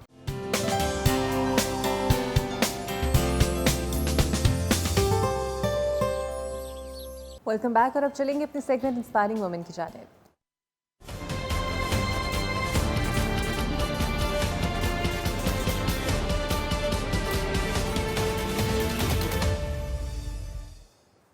तो जनाब, मेरे साथ जो आज इंस्पायरिंग वुमेन में खातून मौजूद हैं वो रिदा नूर साहिबा हैं। She is LLB honours, female criminal lawyer हैं, एक्सपर्ट हैं बेल में, मर्डर ट्रायल्स में, नारकोटिक्स में। पढ़ाने का बहुत शौक़ है इन्हें, और इसके अलावा मुख्तलिफ इंस्टीट्यूशंस में पढ़ाती भी हैं। फैमिली केसेस पे बहुत ज़्यादा काम कर रही हैं, और सिविल सोसाइटी यानी वेलफेयर के हवाले से भी बहुत काम करती हैं। Welcome to the show Rida. So आपकी मैं एक्सपर्टीज़ देख रही थी, murder trials, narcotics, double murder, triple murder, ये तो इसमें तो ख़वातीन बहुत कम जाती हैं। सो एग्जैक्टली शौक़ था कि इसी में ही काम करना है कानून पढ़ के? मुझे लॉ का बिल्कुल पैशन था, लेकिन अगर हम बात करें क्रिमिनल फील्ड की तो more than passion it is what you observe through out the day कि जो लोग आते हैं जिनके ऊपर 2-2 मर्डर के केसेस, 3-3 मर्डर के केसेस लगे होते हैं, how innocent they are, how poor and like they deserve mercy from the court. क्योंकि आप एक गांव के माहौल में, हमारा जो 90% आबादी है वो गांव की है, उनके ऊपर अगर किसी के कत्ल का इल्ज़ाम लग जाता है तो I think we as a civil society owe them कि हम उनको रिप्रेजेंट करें। अगर इल्ज़ाम है तो, अगर वाकई अगर इल्ज़ाम भी है और ऑब्वियस अगर किया है वो तो कोर्ट डिसाइड करेगी किया है या नहीं किया, हम कैसे जज कर सकते हैं। हाँ एग्जैक्टली। अच्छा, तो हर्डल्स क्या face I being a women? कितना चैलेंजिंग लगता है? Because I know court rooms के माहौल और थोड़ा सा शोबा ऐसा है कि कोई खातून ने अपने राइट्स भी लेने हो तो वो 10 दफ़ा सोचती है कि आइदर उसे ये रास्ता अपनाना है कि नहीं। सो बीइंग अ लॉयर कितना डिफिकल्ट रहा? हर्डल बिल्कुल आए, ऑब्वियसली आते हैं। हर बंदे की, एक मेल बंदे की लाइफ में बहुत ज़्यादा, मेल लॉयर की लाइफ में हर्डल्स आते हैं, तो फीमेल की लॉयर की लाइफ में थोड़े से ज़्यादा आते हैं, because court rooms are full, आपको अपनी स्पेस क्लेम करनी पड़ती है। The main hurdle which I had was that I had to claim my space, and there was some time that's even still I have to claim my space कि there is a full courtroom and you have to enter that courtroom, so it's really difficult कि आप सोचते हो यार मैं इतने बंदों को ढका दे के कैसे अंदर जाऊँगा। so this is a not at the level at right now, but बिल्कुल ये वाले hurdles हैं। इसके अलावा अगर मैं अपने प्रोफेशन की बात करूँ तो मुझे इतने as such hurdles ना हैं और ना ही आए, क्योंकि आई थिंक कि आजकल का माशरा काफ़ी ज़्यादा आपको स्पेस देने लग पड़ा है। अब अगर हम सिविल सोसाइटी की आवाज़ कह लें या क्या कह लें कि एज इन जस्ट सोसाइटी में आजकल मैं मूव ऑन कर रही हूँ, मुझे कम से कम वहाँ पे स्पेस मिल रही है, एक्सेप्टेंस मिल रही है, तो मैं ये नहीं कहूँगी कि मुझे कोई जगह नहीं मिली। सो कोई ऐसा मोमेंट आया कि जब आपको लगा कि भाई नहीं करना ये, मतलब it's totally a male dominant thing, और मैं बिकॉज अगर आप कत्ल के मुकदमात की भी पैरवी करती हैं सो आपको पता है एविडेंस कलेक्टिंग होना या उन डोमेन्स में जाके काम करना जहाँ पे सिर्फ मेल ओरिएंटेड होता है, कितना मुश्किल लगा? मुश्किल बिल्कुल लगा, लेकिन this was something which I had to do, I had no other option. तो क्विट करने का मेरे पास ऑप्शन अवेलेबल नहीं था, तो मुझे ऐसा ना कभी लगा और ना मैंने कभी ऐसा सोचा कि मुझे क्विट करना चाहिए। Quit अच्छा, इसके अलावा आप पढ़ाती भी हैं, सो बीइंग अ टीचर और लॉ ग्रेजुएट, क्या कोशिश करती हैं स्टूडेंट्स के अंदर इंस्टिल करने के लिए? मैं legal ethics and practical exposure, सबसे ज़्यादा जो मेरा टीचिंग एक्सपीरियंस है वाई है कि मैं जहाँ भी पढ़ाती हूँ साथ साथ मैं लॉ क्लिनिक चलाती हूँ। मैंने जितने भी लॉ कॉलेजेस में पढ़ाया है, I have headed a law clinic. Law clinic में होता ये है कि हम बच्चों को प्रैक्टिकल एक्सपोजर लेके जाते हैं, चाहे वो फर्स्ट ईयर के स्टूडेंट है या वो अपने लास्ट सेमेस्टर में। We just take them to the court, हम उनको डेली बेसिस पे कोर्ट पे लेके जाते हैं। उन केसेस पे बच्चे काम करते हैं, काम करने के बाद वो खुद वर्क करके वो देखते हैं how it all works in court. इससे फ़ायदा ये होता है कि the day enter their profession they are not null, they know thing, they know कि उन्होंने क्या करना है, कैसे करना है। उन्होंने वो सब कुछ जो एंटर होने के बाद सीखना था वो पहले से सब कुछ एक्सपीरियंस कर चुके हैं। तो टीचिंग के साथ प्रैक्टिकल एक्सपीरियंस पे मैं फोकस करती हूँ। सही। और किन किन डोमेन्स पे आप काम कर रही होती हैं लीगल एस्पेक्ट से? बेसिकली अगर स्पेसिफिक बात करूँ तो क्रिमिनल में, इसके अलावा मैं फैमिली पे, क्योंकि हमारा जो कोर्ट में सबसे ज़्यादा मुझे हर्टफुल लगता है स्पेशली हाई कोर्ट में, वो बच्चों की कस्टडी लगती है। बड़ी तकलीफ़ होती है जब कोर्ट कहती है माँ से दे के बाप को दे दो या बाप को दे के माँ को दे दो। उसमें होता ये है कि हम रोज़ देख रहे होते हैं, रोज़ के एक अदालत में 100-200 केसेस लगे होते हैं, हेबियस के, कस्टडी के, चाइल्ड कस्टडी के। एक अदालत में there are so many court rooms, एक कोर्ट रूम में 100 से 120 केसेस लगे होते हैं चाइल्ड कस्टडी के। और जब जाहिर सी बात है या माँ को जानी है या बाप को जानी है, जब एक से दूसरे के पास जाती है ना, तो वो कोर्ट में जो मंजर होता है, बच्चे चीख रहे होते हैं, माँ चीख रही होती है, माँ लड़ रही होती है या बाप चीख रहा होता है, दादी चीख रही होती है, तो वो बड़ा हार्ट रेंचिंग सा एक मोमेंट होता है कि उस वक्त जीत शायद एक पार्टी की होती है, लेकिन हकीकत ये होती है, असल जो बात है उसमें हकीकत की जीत किसी की भी नहीं होती, बच्चों की हार होती है, बच्चों के मुस्तकबिल की हार होती है उस दिन। सो एग्जैक्टली किस किस्म के रिफॉर्म्स आप समझती हैं इस डोमेन में होने चाहिए? आई थिंक आई गेस कि यहाँ पे जो सा ना सोशल इंस्टीट्यूट्स कि बच्चों के लिए कोई बहाली, बच्चों की जैसे बाकी दुनिया में हम देखें, यूके में देखें, तो वहाँ पे चाइल्ड वेलफेयर इंस्टीट्यूट्स होते हैं कि अगर माँ या बाप दोनों बच्चा नहीं पाल सकते तो स्टेट पाल रही है आपका बच्चा। यहाँ पे होता क्या है कि यहाँ पे बच्चे, माँ या बाप जो है अगली पार्टी की, ओपोनेंट पार्टी की ज़िद से बच्चा ले लेते हैं और बाद में they are even unable to take care of that child.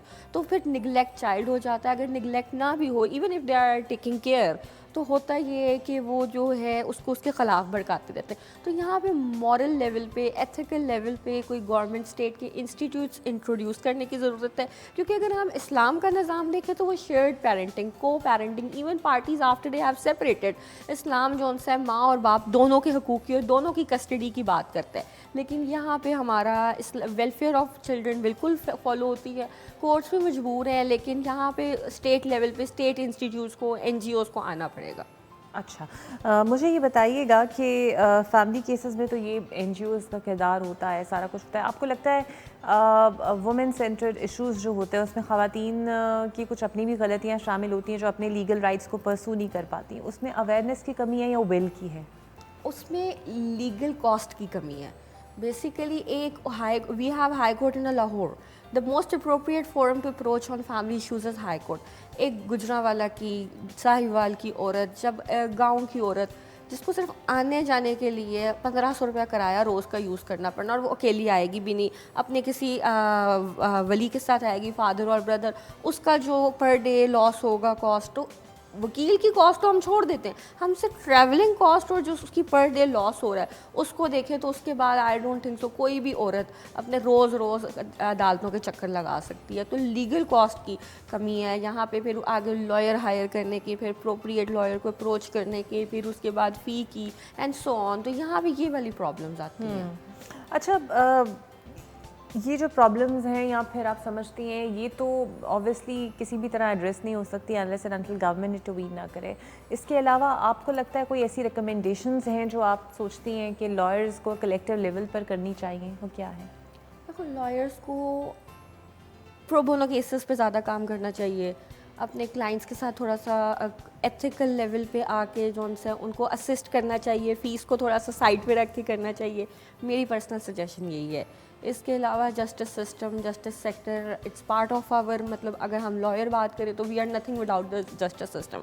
सो अल्हम्दुलिल्लाह इट्स ये जस्टिस सिस्टम हमारा अच्छी तरफ जा रहा है। अगर हम बाकी गवर्नमेंट की मशीनरी को देखें और जस्टिस सिस्टम को देखें तो इट्स समथिंग कि हम अगर बाकी दुनिया से मुकाबला करने की सलाहियत है हमारे जस्टिस सिस्टम में। अच्छा, आप समझती हैं कि किसी न किसी मूवमेंट पे लॉ हर चीज़ के लिए मौजूद है लेकिन अवेयरनेस नहीं है? अभी भी आपको लगता है कि ख़वातीन के पास अवेयरनेस भी मौजूद नहीं है? कॉस्ट इशूज़ तो साइड पे रख लें। जी बिल्कुल, ख़वातीन को मोस्टली मेरे पास ख़वातीन आती हैं। अब हम जैसे तलाक़ तफ़वीज़ की बात करते हैं, usually there is a right कि वुमेन जौन से अपनी डिवोर्स खुद दे सकती है अपने हस्बैंड को if she has a delegated right to divorce. मेरे पास अक्सर जौन से केसेस आते हैं कि हमने खुला लेनी है, हमने खुला लेनी है, तो मैं कहती हूँ अच्छा आ जाए। जब हमें आती हूँ तो मैं कहती हूँ you have delegated right in your निकाहनामा, आपके पास तो हक है अपने हस्बैंड को, you don't even need to go for खुला। तो उनको अभी तक यही नहीं पता होता, उनके अपने निकाहनामा में उनको तलाक का हक होता है और उनको पता नहीं होता कि उनके पास हक है। इसी तरह औरतें डरती हैं, अगर मैंने केस कर दिया तो मेरे बच्चे ना छीन ले, मेरे खर्चे का केस होगा तो मेरे बच्चे छीन लेगा। इसी तरह लेडीज़ डरती हैं कि अगर केस कर दिया तो मुझे मार ना दे। तो बिल्कुल लैक ऑफ अवेयरनेस बहुत ज़्यादा है यहाँ पे। अच्छा, आप समझते हैं कि इस ये लैक ऑफ अवेयरनेस जो है और जितने भी नए लॉ ग्रेजुएट्स आ रहे हैं उनके अंदर बेसिक विजन क्या इंस्टिल करने की ज़रूरत है? जी बिल्कुल, यहाँ पे this is where role of media comes in, कि मीडिया को बिल्कुल जैसे आजकल रोल प्ले कर भी रहे हैं मीडिया के बेसिक जो बिल्कुल आम राइट्स हैं, ह्यूमन राइट्स स्पेसिफिकली जो वुमेन रिलेटेड हैं, जो प्रोटेक्शन हमारे आइन ने ख़वातीन को दी है। काफ़ी ज़्यादा आर्टिकल 25 नेगेटिव डिस्क्रिमिनेशन की बात करता है, हमारे आइन में पॉजिटिव डिस्क्रिमिनेशन तो वुमेन के ख़िलाफ़ मना है, नेगेटिव डिस्क्रिमिनेशन अलाउ कर दी ताकि you can just uplift this women sector in Pakistan. आपने हर जगह वुमेन की पार्टिसिपेशन को इंक्रीज़ करना है, लेकिन सैडली इस चीज़ पर कोई फोकस नहीं करता, इस चीज़ की इतनी अवेयरनेस नहीं है यहाँ पर। तो इस चीज़ पर अवेयरनेस की बिल्कुल ज़रूरत है। बिल्कुल। कोई आखिरी चीज़ आप मैसेज अपना देना चाहेंगी उन ख़वातीन को स्पेसिफ़िकली जिनको लगता है कि they can have their legal right और शायद मॉरल या करेज की कमी है? अदालतें जो उनसे ना फिर ये नहीं देखेंगी कि कोई औरत है आदमी, अदालतें ये देखेंगी who is on right and who is on wrong. तो अदालत देखेंगी लॉ में आपके लिए क्या गुंजाइश है, लॉ आपके लिए क्या प्रोटेक्शन दे सकता है। तो अदालत का सिर्फ कानून अंधा है, कानून नहीं देखता सामने औरत है या आदमी है। तो अगर कोई कहते हैं कि अगर मैं अदालत जाऊंगी तो मुझे ये हो जाएगा, मुझे वो हो जाएगा, बल्कि मुझे याद है, आई एम सॉरी बात लंबी हो रही है, एक मुझे परसों कॉल आई कि मैं अदालत में नहीं आ सकती। मैंने कहा क्यों? अगर आप अदालत में नहीं आएंगी तो आप कैसे केस करेंगी एंड ऑल दैट। नहीं, मुझे अदालतों में जो औरतें आती हैं उनको ये मोहल्ले वाले बातें करते हैं। आई वाज लाइक ये क्या बात हुई? मैं अगर अदालत में आ गई तो मेरे मोहल्ले में मेरी रिप्यूट ख़राब हो जाएगी। तो ये सारी मिसकॉन्सेप्शंस हैं, ऐसी कोई बात नहीं है। जब अदालत से आप केस जीत के जाते हो या अपने हक़ में फ़ैसला करवा के जाते हो तो बिल्कुल आप अपने मुल्क में टैक्स देते हो और उसके तहत अदालतें फ़ैसला करती हैं। तो अदालत का काम है फ़ैसला करना, दे ओ यू कि वो इंसाफ और कानून के मुताबिक फ़ैसला करें। तो अदालत में जाना कोई बुरी बात नहीं है, कोई गलत बात नहीं है। अगर कोई समझ रहा है तो फिर वो अनपढ़ और जाहिल है। बिल्कुल सही, बहुत शुक्रिया आपका रिदा नूर। और बिल्कुल आपकी एडवोकेसी बिल्कुल जायज़ है। बहुत से ऐसे मामलात हैं जहाँ पर ख़वातीन घबरा जाती हैं या फिर इवन मर्द हज़रात घबरा जाते हैं लीगल राइट्स को इन्फोर्स करते हुए। सो बिल्कुल मत घबराइए, अपने राइट्स को पहचानिए। और हम एक ब्रेक की जानिब जाते हैं, ब्रेक के बाद आपसे मिलते हैं।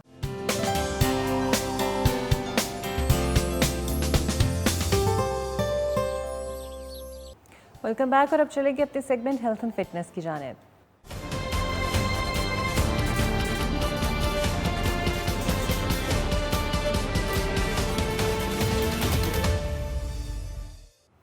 तो जनाब मेरे साथ मौजूद हैं नोहा साजिद साहिबा। ये न्यूट्रिशनिस्ट हैं और ये बताएंगी कि हेल्दी रहने के लिए कैसी ग़िज़ा ज़रूरी है। वेलकम टू द शो नोहा। तो सबसे पहले इम्पॉर्टेंट कंसर्न हमेशा सबका ये होता है कि ओवरवेट लोग होते हैं and they want to have a specific diet जो जल्दी अपना असर कर दें या कुछ ऐसी चीज़ हो या ऐसा टोटका हो जो वेट लॉस में हेल्प करे। क्या सजेस्ट करेंगी आप? सबसे पहले बिस्मिल्लाह, अस्सलाम वालेकुम। मैं हूँ डॉक्टर नोहा साजिद और आज जो हमारा टॉपिक है वेट लूज़ के हवाले से। तो बेसिकली जो वेट लूज़ के पेशेंट्स जो होते हैं वो जो सबसे पहले जब पेशेंट आता है उसकी जो फ़र्स्ट टाइम की जो इसकी एक मैं ये कह सकती हूँ कि एक्सपेक्टेशंस होती हैं कि अगर आज हम लोग डॉक्टर के पास गए हैं, डाइटिशियन के पास गए हैं तो कल ही हमारा वेट लूज़ हो जाए। तो ऐसा नहीं होता, उसके लिए थोड़ा सा टाइम लगता है। लाइक आपको बहुत से फैट कटर्स लेने पड़ते हैं, लाइक आपको अपनी डाइट से बहुत कुछ मतलब कि ख़त्म करना पड़ता है, जिसमें कार्बोहाइड्रेट का इंटेक ख़त्म करना पड़ता है, और ऐसी बहुत सी चीज़ें जिनको ख़त्म करने के लिए एक टाइम ज़रूरी होता है। तो जो पेशेंट होता है या जो भी वेट लूज़ करना चाहता है वो इस चीज़ के ऊपर फोकस नहीं कर पाते, तो जिसकी वजह से वो मे बी अपना गोल अचीव नहीं करते। लेकिन जो लोग इस चीज़ को समझ जाते हैं कि उनको टाइम लगेगा, तो वो माशाल्लाह बहुत अच्छा से वेट लूज़ भी कर लेते हैं। और अगर टिप्स के हवाले से बात की जाए तो अगर हम लोग ये चाहें कि अगर मैं जनरल सा वेट लूज़ का एक डाइट प्लान शेयर करती जाऊँ, वो ये है कि आप सबसे पहले अपना प्री ब्रेकफास्ट लें। प्री ब्रेकफास्ट में कोई भी आप अपनी जो एंटीऑक्सीडेंट है उसको ऐड कर लें, लाइक जिंजर वगैरह पानी के साथ, इस तरह से। उसके बाद ब्रेकफास्ट में आप हाई फाइबर कंटेंट का यूज़ करें, और उसके बाद अपने मिड स्कैन के ऊपर मतलब आप ये देखें कि आपका फ्रूट लाजमी होना चाहिए, और आप अपनी एक मतलब कि दिन में रूटीन में एक दफ़ा कोई ग्रीन टी का इस्तेमाल या कोई जिंजर टी का इस्तेमाल, कुछ भी इस तरह कहवे का इस्तेमाल लाजमी करें। और उसके बाद जो मेन फोकस है वो अपने पोर्शंस के ऊपर है, मतलब आपने अपने पोर्शंस के ऊपर कंट्रोल करना है। वो लाइक अगर आप लंच ले रहे हैं तो उसमें भी आपका पोर्शन कंट्रोल होना चाहिए। फॉर एग्जांपल हमारे यहाँ पे माशाल्लाह 12-12 13-13 इंच की जो रोटी बनती है, मतलब पाकिस्तान के एशिया के लिहाज से, तो अगर हम लोग अपनी रिकमेंडेशंस के ऊपर बात करें तो वो 6 इंच की रोटी सिर्फ अलाउ है। तो आप खुद भी इस चीज़ को जानती कि हमारे घरों में कितनी बड़ी रोटी बनती है। तो इस बात है, जितनी बॉडी को नीड होती है वो तो उसको यूटिलाइज़ करता है, लेकिन बाद में जो एक्स्ट्रा फूड होता है वो हमारे फैट में डिपोजिट होना स्टार्ट हो जाता है, क्योंकि हमारी यहाँ पे फ़िज़िकल एक्टिविटी बहुत कम है। अगर फ़िज़िकल एक्टिविटी की बात करूँ तो मैं वो कहती हूँ मेरे लिहाज से वो ज़ीरो है। मतलब कि लोग 20 से 25 मिनट की वॉक भी करना मुनासिब नहीं समझते, और अगर उनका डाइटरी हैबिट्स देखें तो वो इतना ज़्यादा है कि तो मतलब फिर फैट कहाँ जाएगा, फूड जो एक्स्ट्रा फूड है वो फिर बर्न तो नहीं ना होगा, फिर वो मतलब कि बॉडी में स्टोर होना स्टार्ट हो जाएगा। तो इसलिए सबसे पहले पोर्शन कंट्रोल, और उसके बाद अपनी लाइफस्टाइल में फ़िज़िकल एक्टिविटी करें। और अगर किसी ने वेट लूज़ करना है तो फिर वो मतलब वीक में एक दफ़ा लिक्विड डाइट लाजमी कर ले, मतलब वीक में कोई भी एक दिन डिसाइड कर लें, लिक्विड डाइट पे चले जाएं। और मतलब अगर किसी डाइटिशियन के पास जाते तो इंटरमीडिएट फास्टिंग है, वो सबको पता है उसका, वो भी बहुत अच्छा है अगर, लेकिन उसके साथ भी प्लान लेना लाजमी है। बिल्कुल ठीक। अच्छा, इंटरमीडिएट फास्टिंग का आपने जिक्र किया, वो किस तरह हो सकती है, अगर आप थोड़ा सा गाइड करें तो? वो डिफरेंट तरीके हैं उसके भी, उसके डिफरेंट विंडोज़ हैं, वो पेशेंट की साइकी पे या पेशेंट की डिमांड पे हम लोग डिसाइड करते हैं। 14/10 भी है, और इस तरह से मैं ज़्यादा रिकमेंड करती हूँ 14/10। ठीक है, वो अगर पेशेंट अगर बहुत ज़्यादा ओबीज़ है तब उसकी विंडो जो साइज़ है वो भी चेंज कर देते हैं। लेकिन इंटरमीडिएट फास्टिंग में बेसिकली ये है कि लोग बहुत ज़्यादा कार्ब्स को ख़त्म कर देते हैं। मेरा मतलब मानना ये है कि कार्ब्स को बिल्कुल ख़त्म नहीं करना चाहिए, क्योंकि हम एशिया के लोग हैं, हम बिल्कुल रोटी और चावल नहीं छोड़ सकते, हम उसकी परसेंटेज कम करनी चाहिए। लेकिन इंटरमीडिएट फास्टिंग से बहुत अच्छे रिजल्ट्स मिल जाते हैं आपको वेट लूज़ के। अच्छा, एप्पल साइडर विनेगर के हवाले से अगर आप थोड़ा गाइड करना चाहें, लोग कहते हैं कि अगर उसे निहाल मुँह लें तो वेट लॉस बहुत जल्दी होता है। नहीं, ऐसा तो नहीं मैं ये कह सकती कि एप्पल साइडर विनेगर से आपका वेट लूज़ निहार मतलब प्री ब्रेकफास्ट में अगर हम इसको यूज़ करना स्टार्ट करते हैं तो इसका कोई इफेक्ट आता है। हाँ, अगर आप अपनी डाइट की रूटीन में लाइक फुल डे डाइट में किसी सैलेड में यूज़ कर लें या किसी कहवे में यूज़ कर लें या कहवे की फॉर्म में यूज़ कर लें, तो उसके रिजल्ट्स ऑटोमेटिकली अच्छे आते हैं। बस बात फिर वहाँ पे आ जाती है कि सिर्फ कहवे से आपका वेट लूज़ नहीं हो सकता, या फिर कोई अगर आप सिर्फ डाइट कर रहे हैं या मतलब सिर्फ पोर्शन कंट्रोल कर रहे हैं तो उससे वेट लूज़ नहीं होगा, सिर्फ फिजिकल एक्टिविटी कर रहे हैं तो उससे वेट लूज़ नहीं होता। हर चीज़ एक दूसरे पे डिपेंड कर रही है। सही। अच्छा, जो लोग अंडर वेट होते हैं उनके लिए आप क्या डाइट सजेस्ट करेंगे? जी, मैं ये कहूँगी कि वेट गेन करना ज़्यादा मुश्किल है वेट लूज़ करने से। मसल गेन करना बहुत मुश्किल है, मतलब वेट कम तो हो जाता है, फैट कट हो जाता है, लेकिन मसल को इम्प्रूव करना बहुत ज़्यादा मुश्किल है। तो उसके लिए मैं ये सजेस्ट करूँगी कि आप अपना प्री ब्रेकफास्ट में कोई शेक ऐड कर लें, ठीक है, और उसके साथ कोई अच्छा सा प्रोटीन ऐड कर लें, उसमें कोई भी चीज़ हो। और दूसरी बात, आपने स्मूदीज़ के ऊपर ना बहुत ज़्यादा फोकस करना अगर आपने वेट गेन करना है। अगर वेट गेन करना है तो इन दो चीज़ों पे अपने फोकस करना है कि आपने शेक अपनी डाइट में ऐड करना है, दूसरा आपने स्मूदीज़ ऐड करनी है, और थर्ड में यही है कि फ्रूट्स एंड वेजिटेबल्स के ऊपर जितना फोकस कर सकते हो उतना फोकस करें। मतलब कुछ लोग होते हैं वही समझते हैं कि हम लोग रोटी बहुत ज़्यादा खाएंगे तो वेट गेन हो जाएगा, तो ऐसा नहीं होता। तो इन सब चीज़ों के ऊपर फोकस करना पड़ता है। सही। अच्छी और बेहतरीन स्किन हर कोई चाहता है कि बालों पे भी इफेक्ट ना हो, तो ऐसे कोई विटामिन्स या सप्लीमेंट्स जो आप सजेस्ट करना चाहें? जी जी, मार्केट में बहुत अच्छे विटामिन्स मौजूद हैं, बहुत अच्छे ब्रांड्स के विटामिन मौजूद हैं, जिस तरह से न्यूट्री फैक्टर्स के आए हैं, बायोटीन है। उसके अलावा अगर मैं बात करूँ नेचुरल फैक्टर्स की, उसकी बायोटीन में खुद पर्सनली मैंने यूज़ कर ली हुई है, और साथ पेंथोटेनिक एसिड है, उनके कॉम्बिनेशन के साथ मैंने वो यूज़ की थी, खुद पहले अप्लाई की थी, तो उसका मुझे बहुत अच्छा रिजल्ट मिला था। और अगर उसके अलावा डाइट की बात करूँ स्किन के लिए, तो आपको क्लियर डाइट लेनी चाहिए, जूसेस का इंटेक ज़्यादा करना चाहिए, और मोस्ट इंपॉर्टेंट चीज़ आपको डिटॉक्स के ऊपर लाजमी जाना चाहिए। वो डिटॉक्स के लिए क्या सजेस्ट करेंगी? कोई ऐसा कॉम्बिनेशन आप डिटॉक्स के लिए बताना चाहें जो अच्छा वो है? ये है कि डिटॉक्स में आप एक आपको ड्रिंक बता देती हूँ, इजी टू मेड। अगर आप एक कम्बर ले लें, उसको ब्रीक स्लाइसिस में कट कर लें, साथ 1 इंच जो है वो जिंजर ले लें, ठीक है, उसके साथ मिंट लीव्स और साथ लेमन, उन सब चीज़ों को आपने 1 लीटर का पूरा मतलब कि पानी लेना है, उसके अंदर आपने उसको सोक करना है ओवरनाइट, और आपने कोशिश करनी है वो जो 1 लीटर पानी जो आपने जिसमें आपने अपना ये मटेरियल ऐड किया उसको आपने डेली में इंटेक करें। इस इंशाल्लाह ताला इससे आपका मेटाबॉलिज्म भी फास्ट होगा और स्किन के लिए बहुत हेल्दी हो जाएगा, क्योंकि ओवर सी बात है कि आपकी जो बेसिकली जो आपकी बॉडी के अंदर जो डिटॉक्स हैं वो सारे मतलब कि वो ज़ाया होना स्टार्ट हो जाएंगे। अच्छा, नट्स किस तरह लेने चाहिए गर्मियों में और कितनी तादाद में होने चाहिए?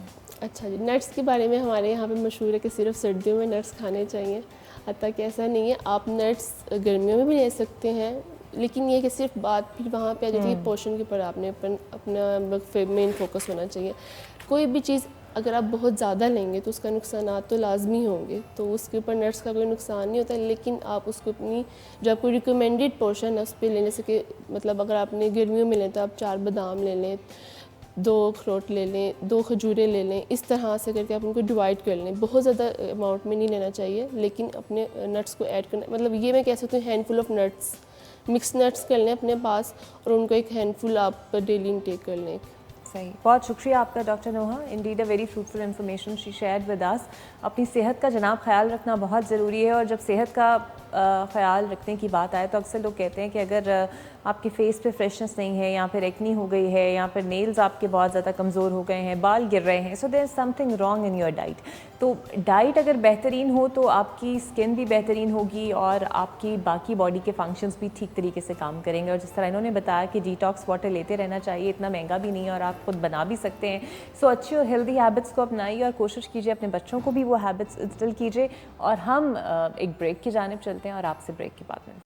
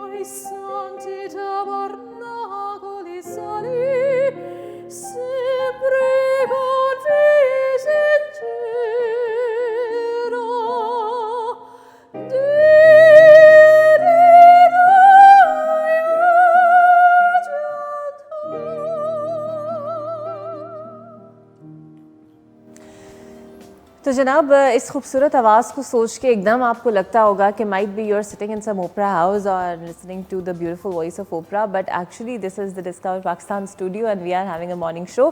सो जनाब, मैं वेलकम और आपका इंट्रोडक्शन कराना चाहूँगी एक प्राउड पाकिस्तानी से। सायरा जॉन पीटर इनका नाम है। ये ब्रिटिश पाकिस्तानी वोकलिस्ट है, वोकल कोच है, ओपरा सिंगर हैं और दुनिया के अंदर ये पहली सूफ़ी ओपरा है गाने वाली। मतलब इट्स एन ऑनर कि पूरी दुनिया के अंदर एक इनिशिएटिव सूफ़ी सॉन्ग्स को लेकर, उस जॉनरा को लेकर जिन्होंने लिया वो ये है। इसके अलावा इन्होंने MSCMA लॉन्च किया है, ब्रिटिश पाकिस्तानी है, सोप्रानो है, ऑफिशियली रिकग्नाइज्ड है, वर्ल्ड फर्स्ट सूफ़ी ओपरा, जब पहले आपको बता चुकी हूँ।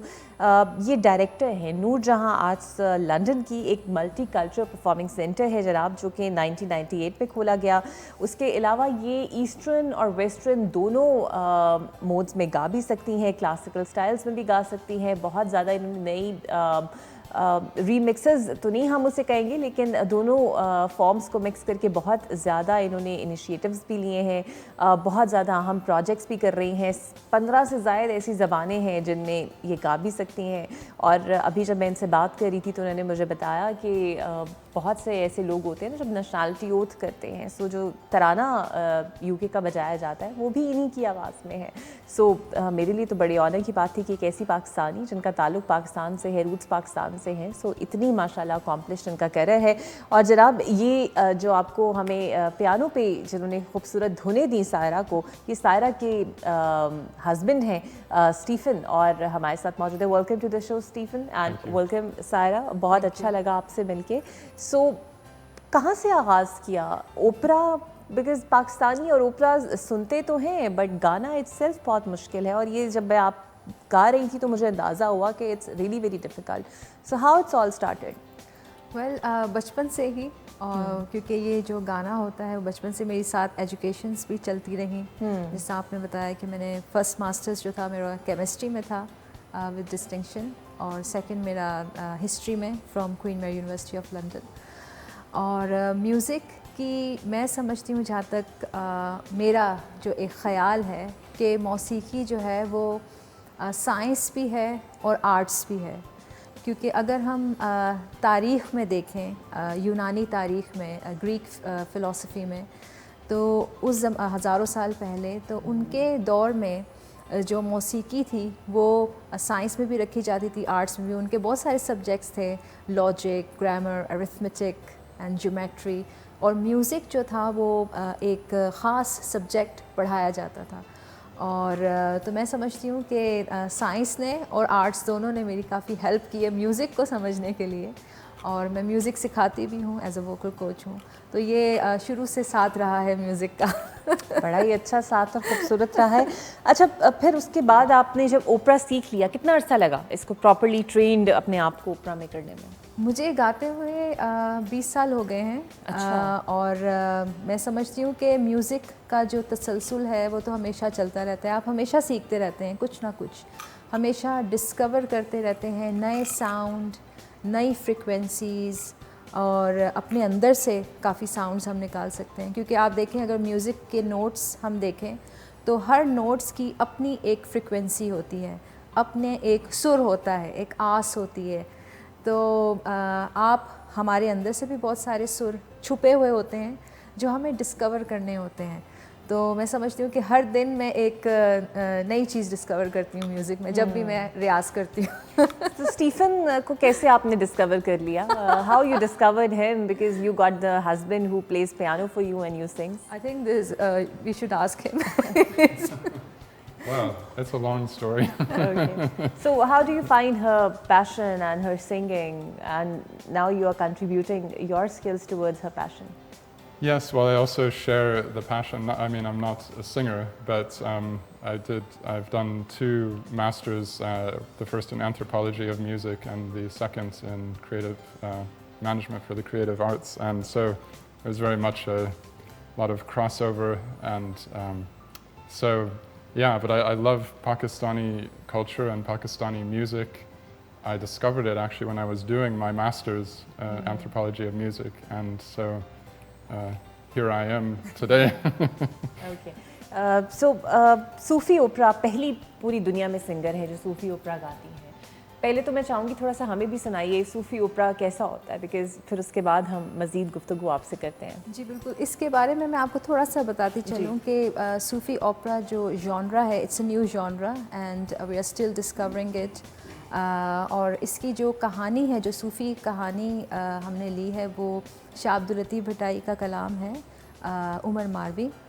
उसकी स्टोरी पे जो है ये सूफ़ी ओपरा हम बना रहे, और इसे इंशाल्लाह ताला हम नेक्स्ट ईयर जो ओपेरा हाउस हैं लंदन के उसमें हम फीचर करेंगे। और इसमें it's called like a fusion of two culture, western culture and Pakistani music, classical music. और मैं आपको थोड़ा सा एक आर्या सुनाती हूँ जो कि मारवी पे है, जब मारवी का जो किडनैप किया जा रहा है उसको कहानी में, सूफ़ी कहानी में, तो उस वक्त वो गाती है और अपने इमोशंस का किस तरह से इजहार कर रही है। तो उम्मीद है आपको पसंद आएगा।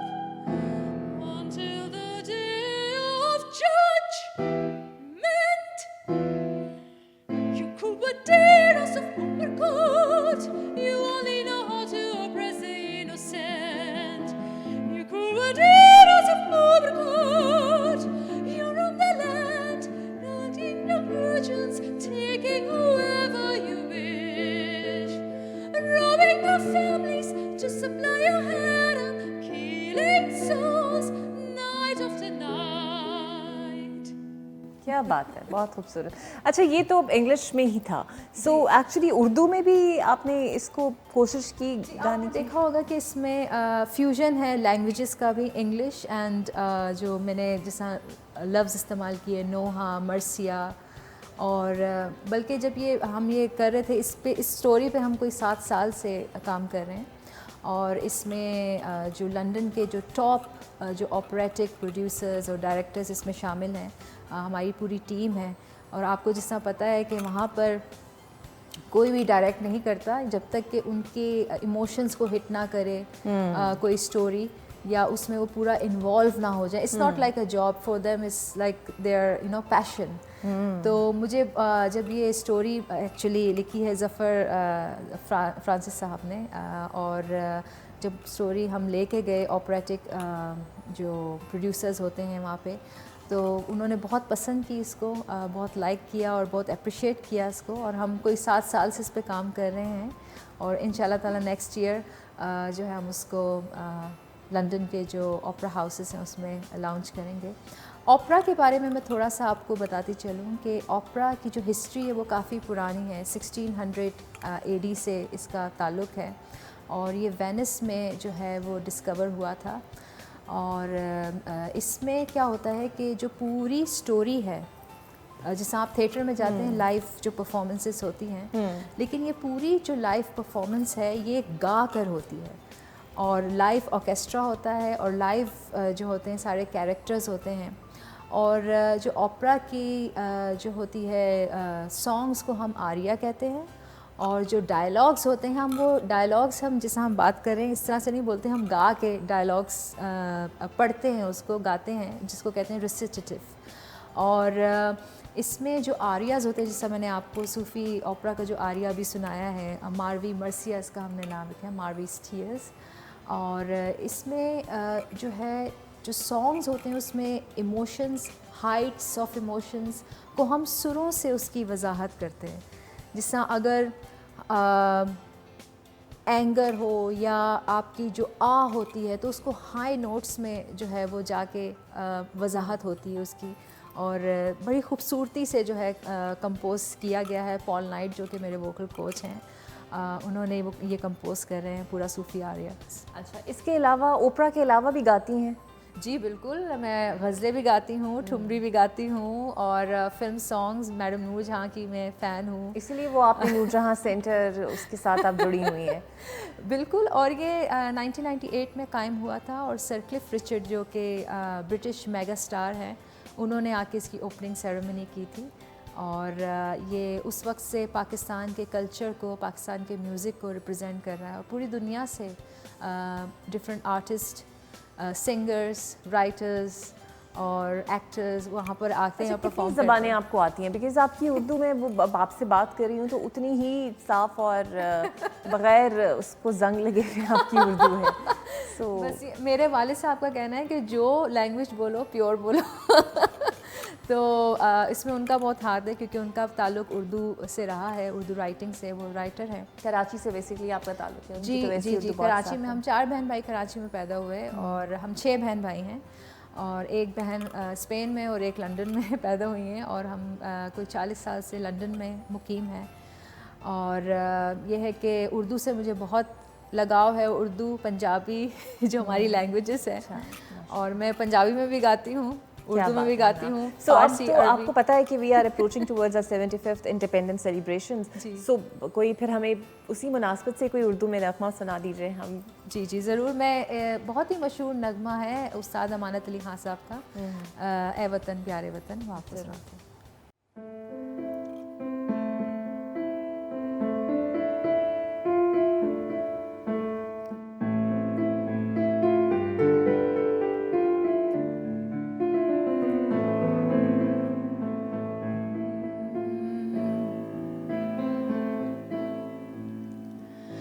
ऐ वतन प्यारे वतन,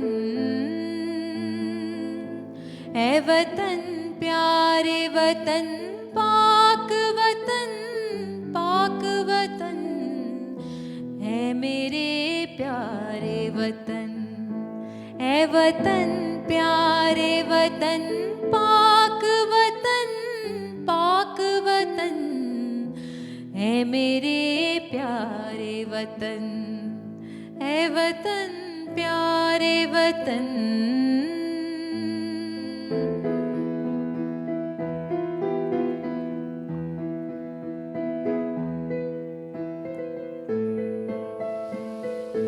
तुझसे है मेरी तमन्नाओं की दुनिया पर नूर, तुझसे है मेरी तमन्नाओं की दुनिया पर नूर, अज़्म मेरा कवि मेरे इरादे हैं गयूर, मेरी हस्ती में आना है, मेरी मस्ती में शऊर,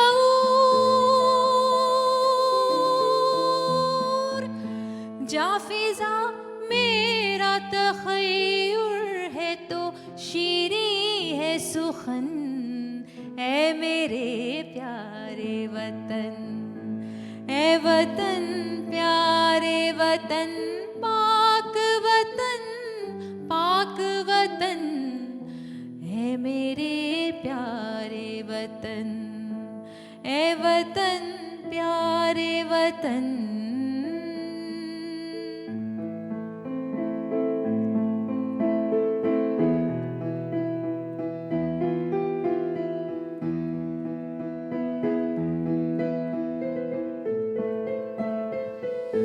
मेरा दिल तेरी मोहब्बत का है जां बख्श दयार,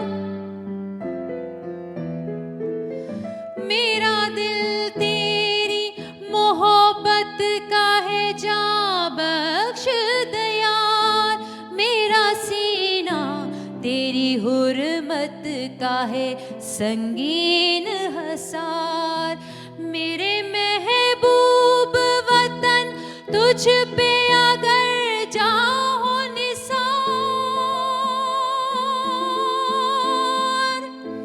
मैं ये समझूंगी ठिकाने लगा सरमाया-ए तन, है मेरे प्यारे वतन, है वतन प्यारे वतन पाक वतन है मेरे प्यारे वतन है वतन प्यारे वतन। क्या बात है, बहुत ही खूबसूरत और माशाल्लाह आपकी आवाज़ भी बहुत प्यारी है और indeed you are proud to having a national. हमें बहुत फ़ख्र महसूस करना चाहिए कि एक ऐसी पाकिस्तानी जो पाकिस्तान से बाहर है बट पाकिस्तान के लिए गा रही हैं। अच्छा Stephen, how do you connect herself, because I was observing that while she was singing an Urdu song you were just jelling with her, so you understand Urdu as well? I understand some Urdu, but I understand, music is... Or maybe her dominance make you understand. Is she a dominant wife? No. It's a partnership, but I so think we work music has the together. same language. We Yeah, understand. universally. But you also plays very well. So what do you like most in Pakistan? What do I like if you ask, she'll say the food, but I do love Pakistani food of all kinds.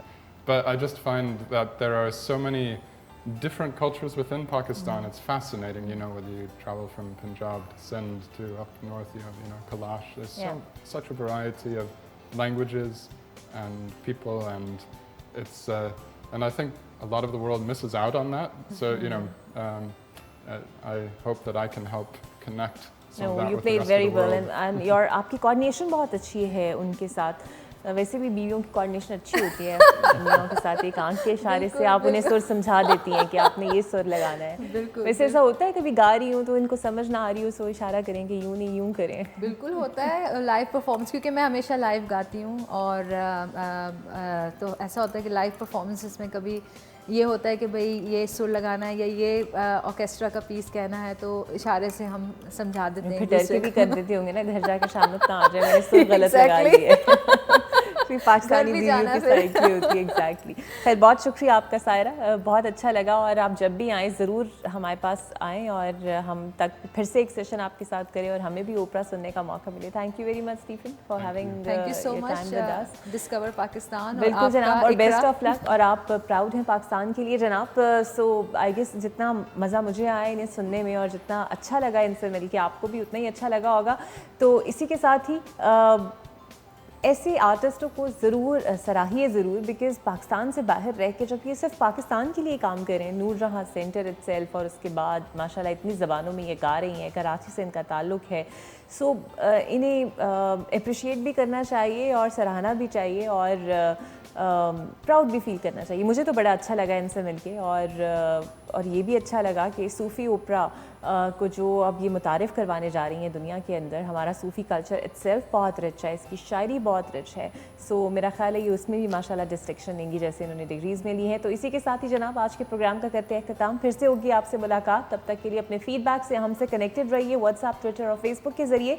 और जनाब जाते जाते हम ऐसे नहीं इन्हें जाने देंगे, धमाल ज़रूर इनसे सुनते हुए जाएंगे, बिकॉज़ अगर अब आई गई हैं हमारे पास तो इन्हें ऐसे नहीं जाने देना। तो ओवर टू हर।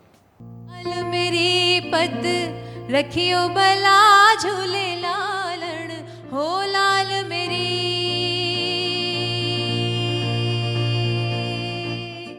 हो लाल मेरी पत रखियो बला झूले लालण सिंधड़ी दा सेवण दा सखी शाबाश कलंदर हक दमादम मस्त कलंदर अली रग रग दे अंदर दमादम मस्त कलंदर अली रग रग दे अंदर हो लाल मेरी हो लाल मेरी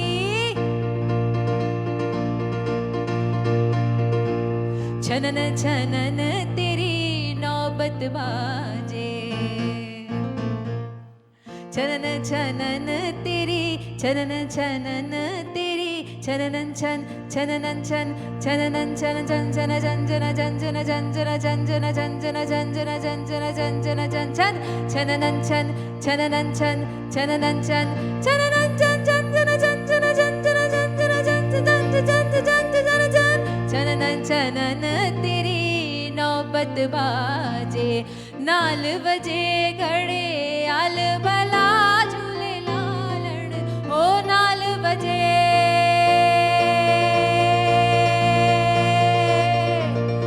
नाल बजे घड़े याल भला झूले लालण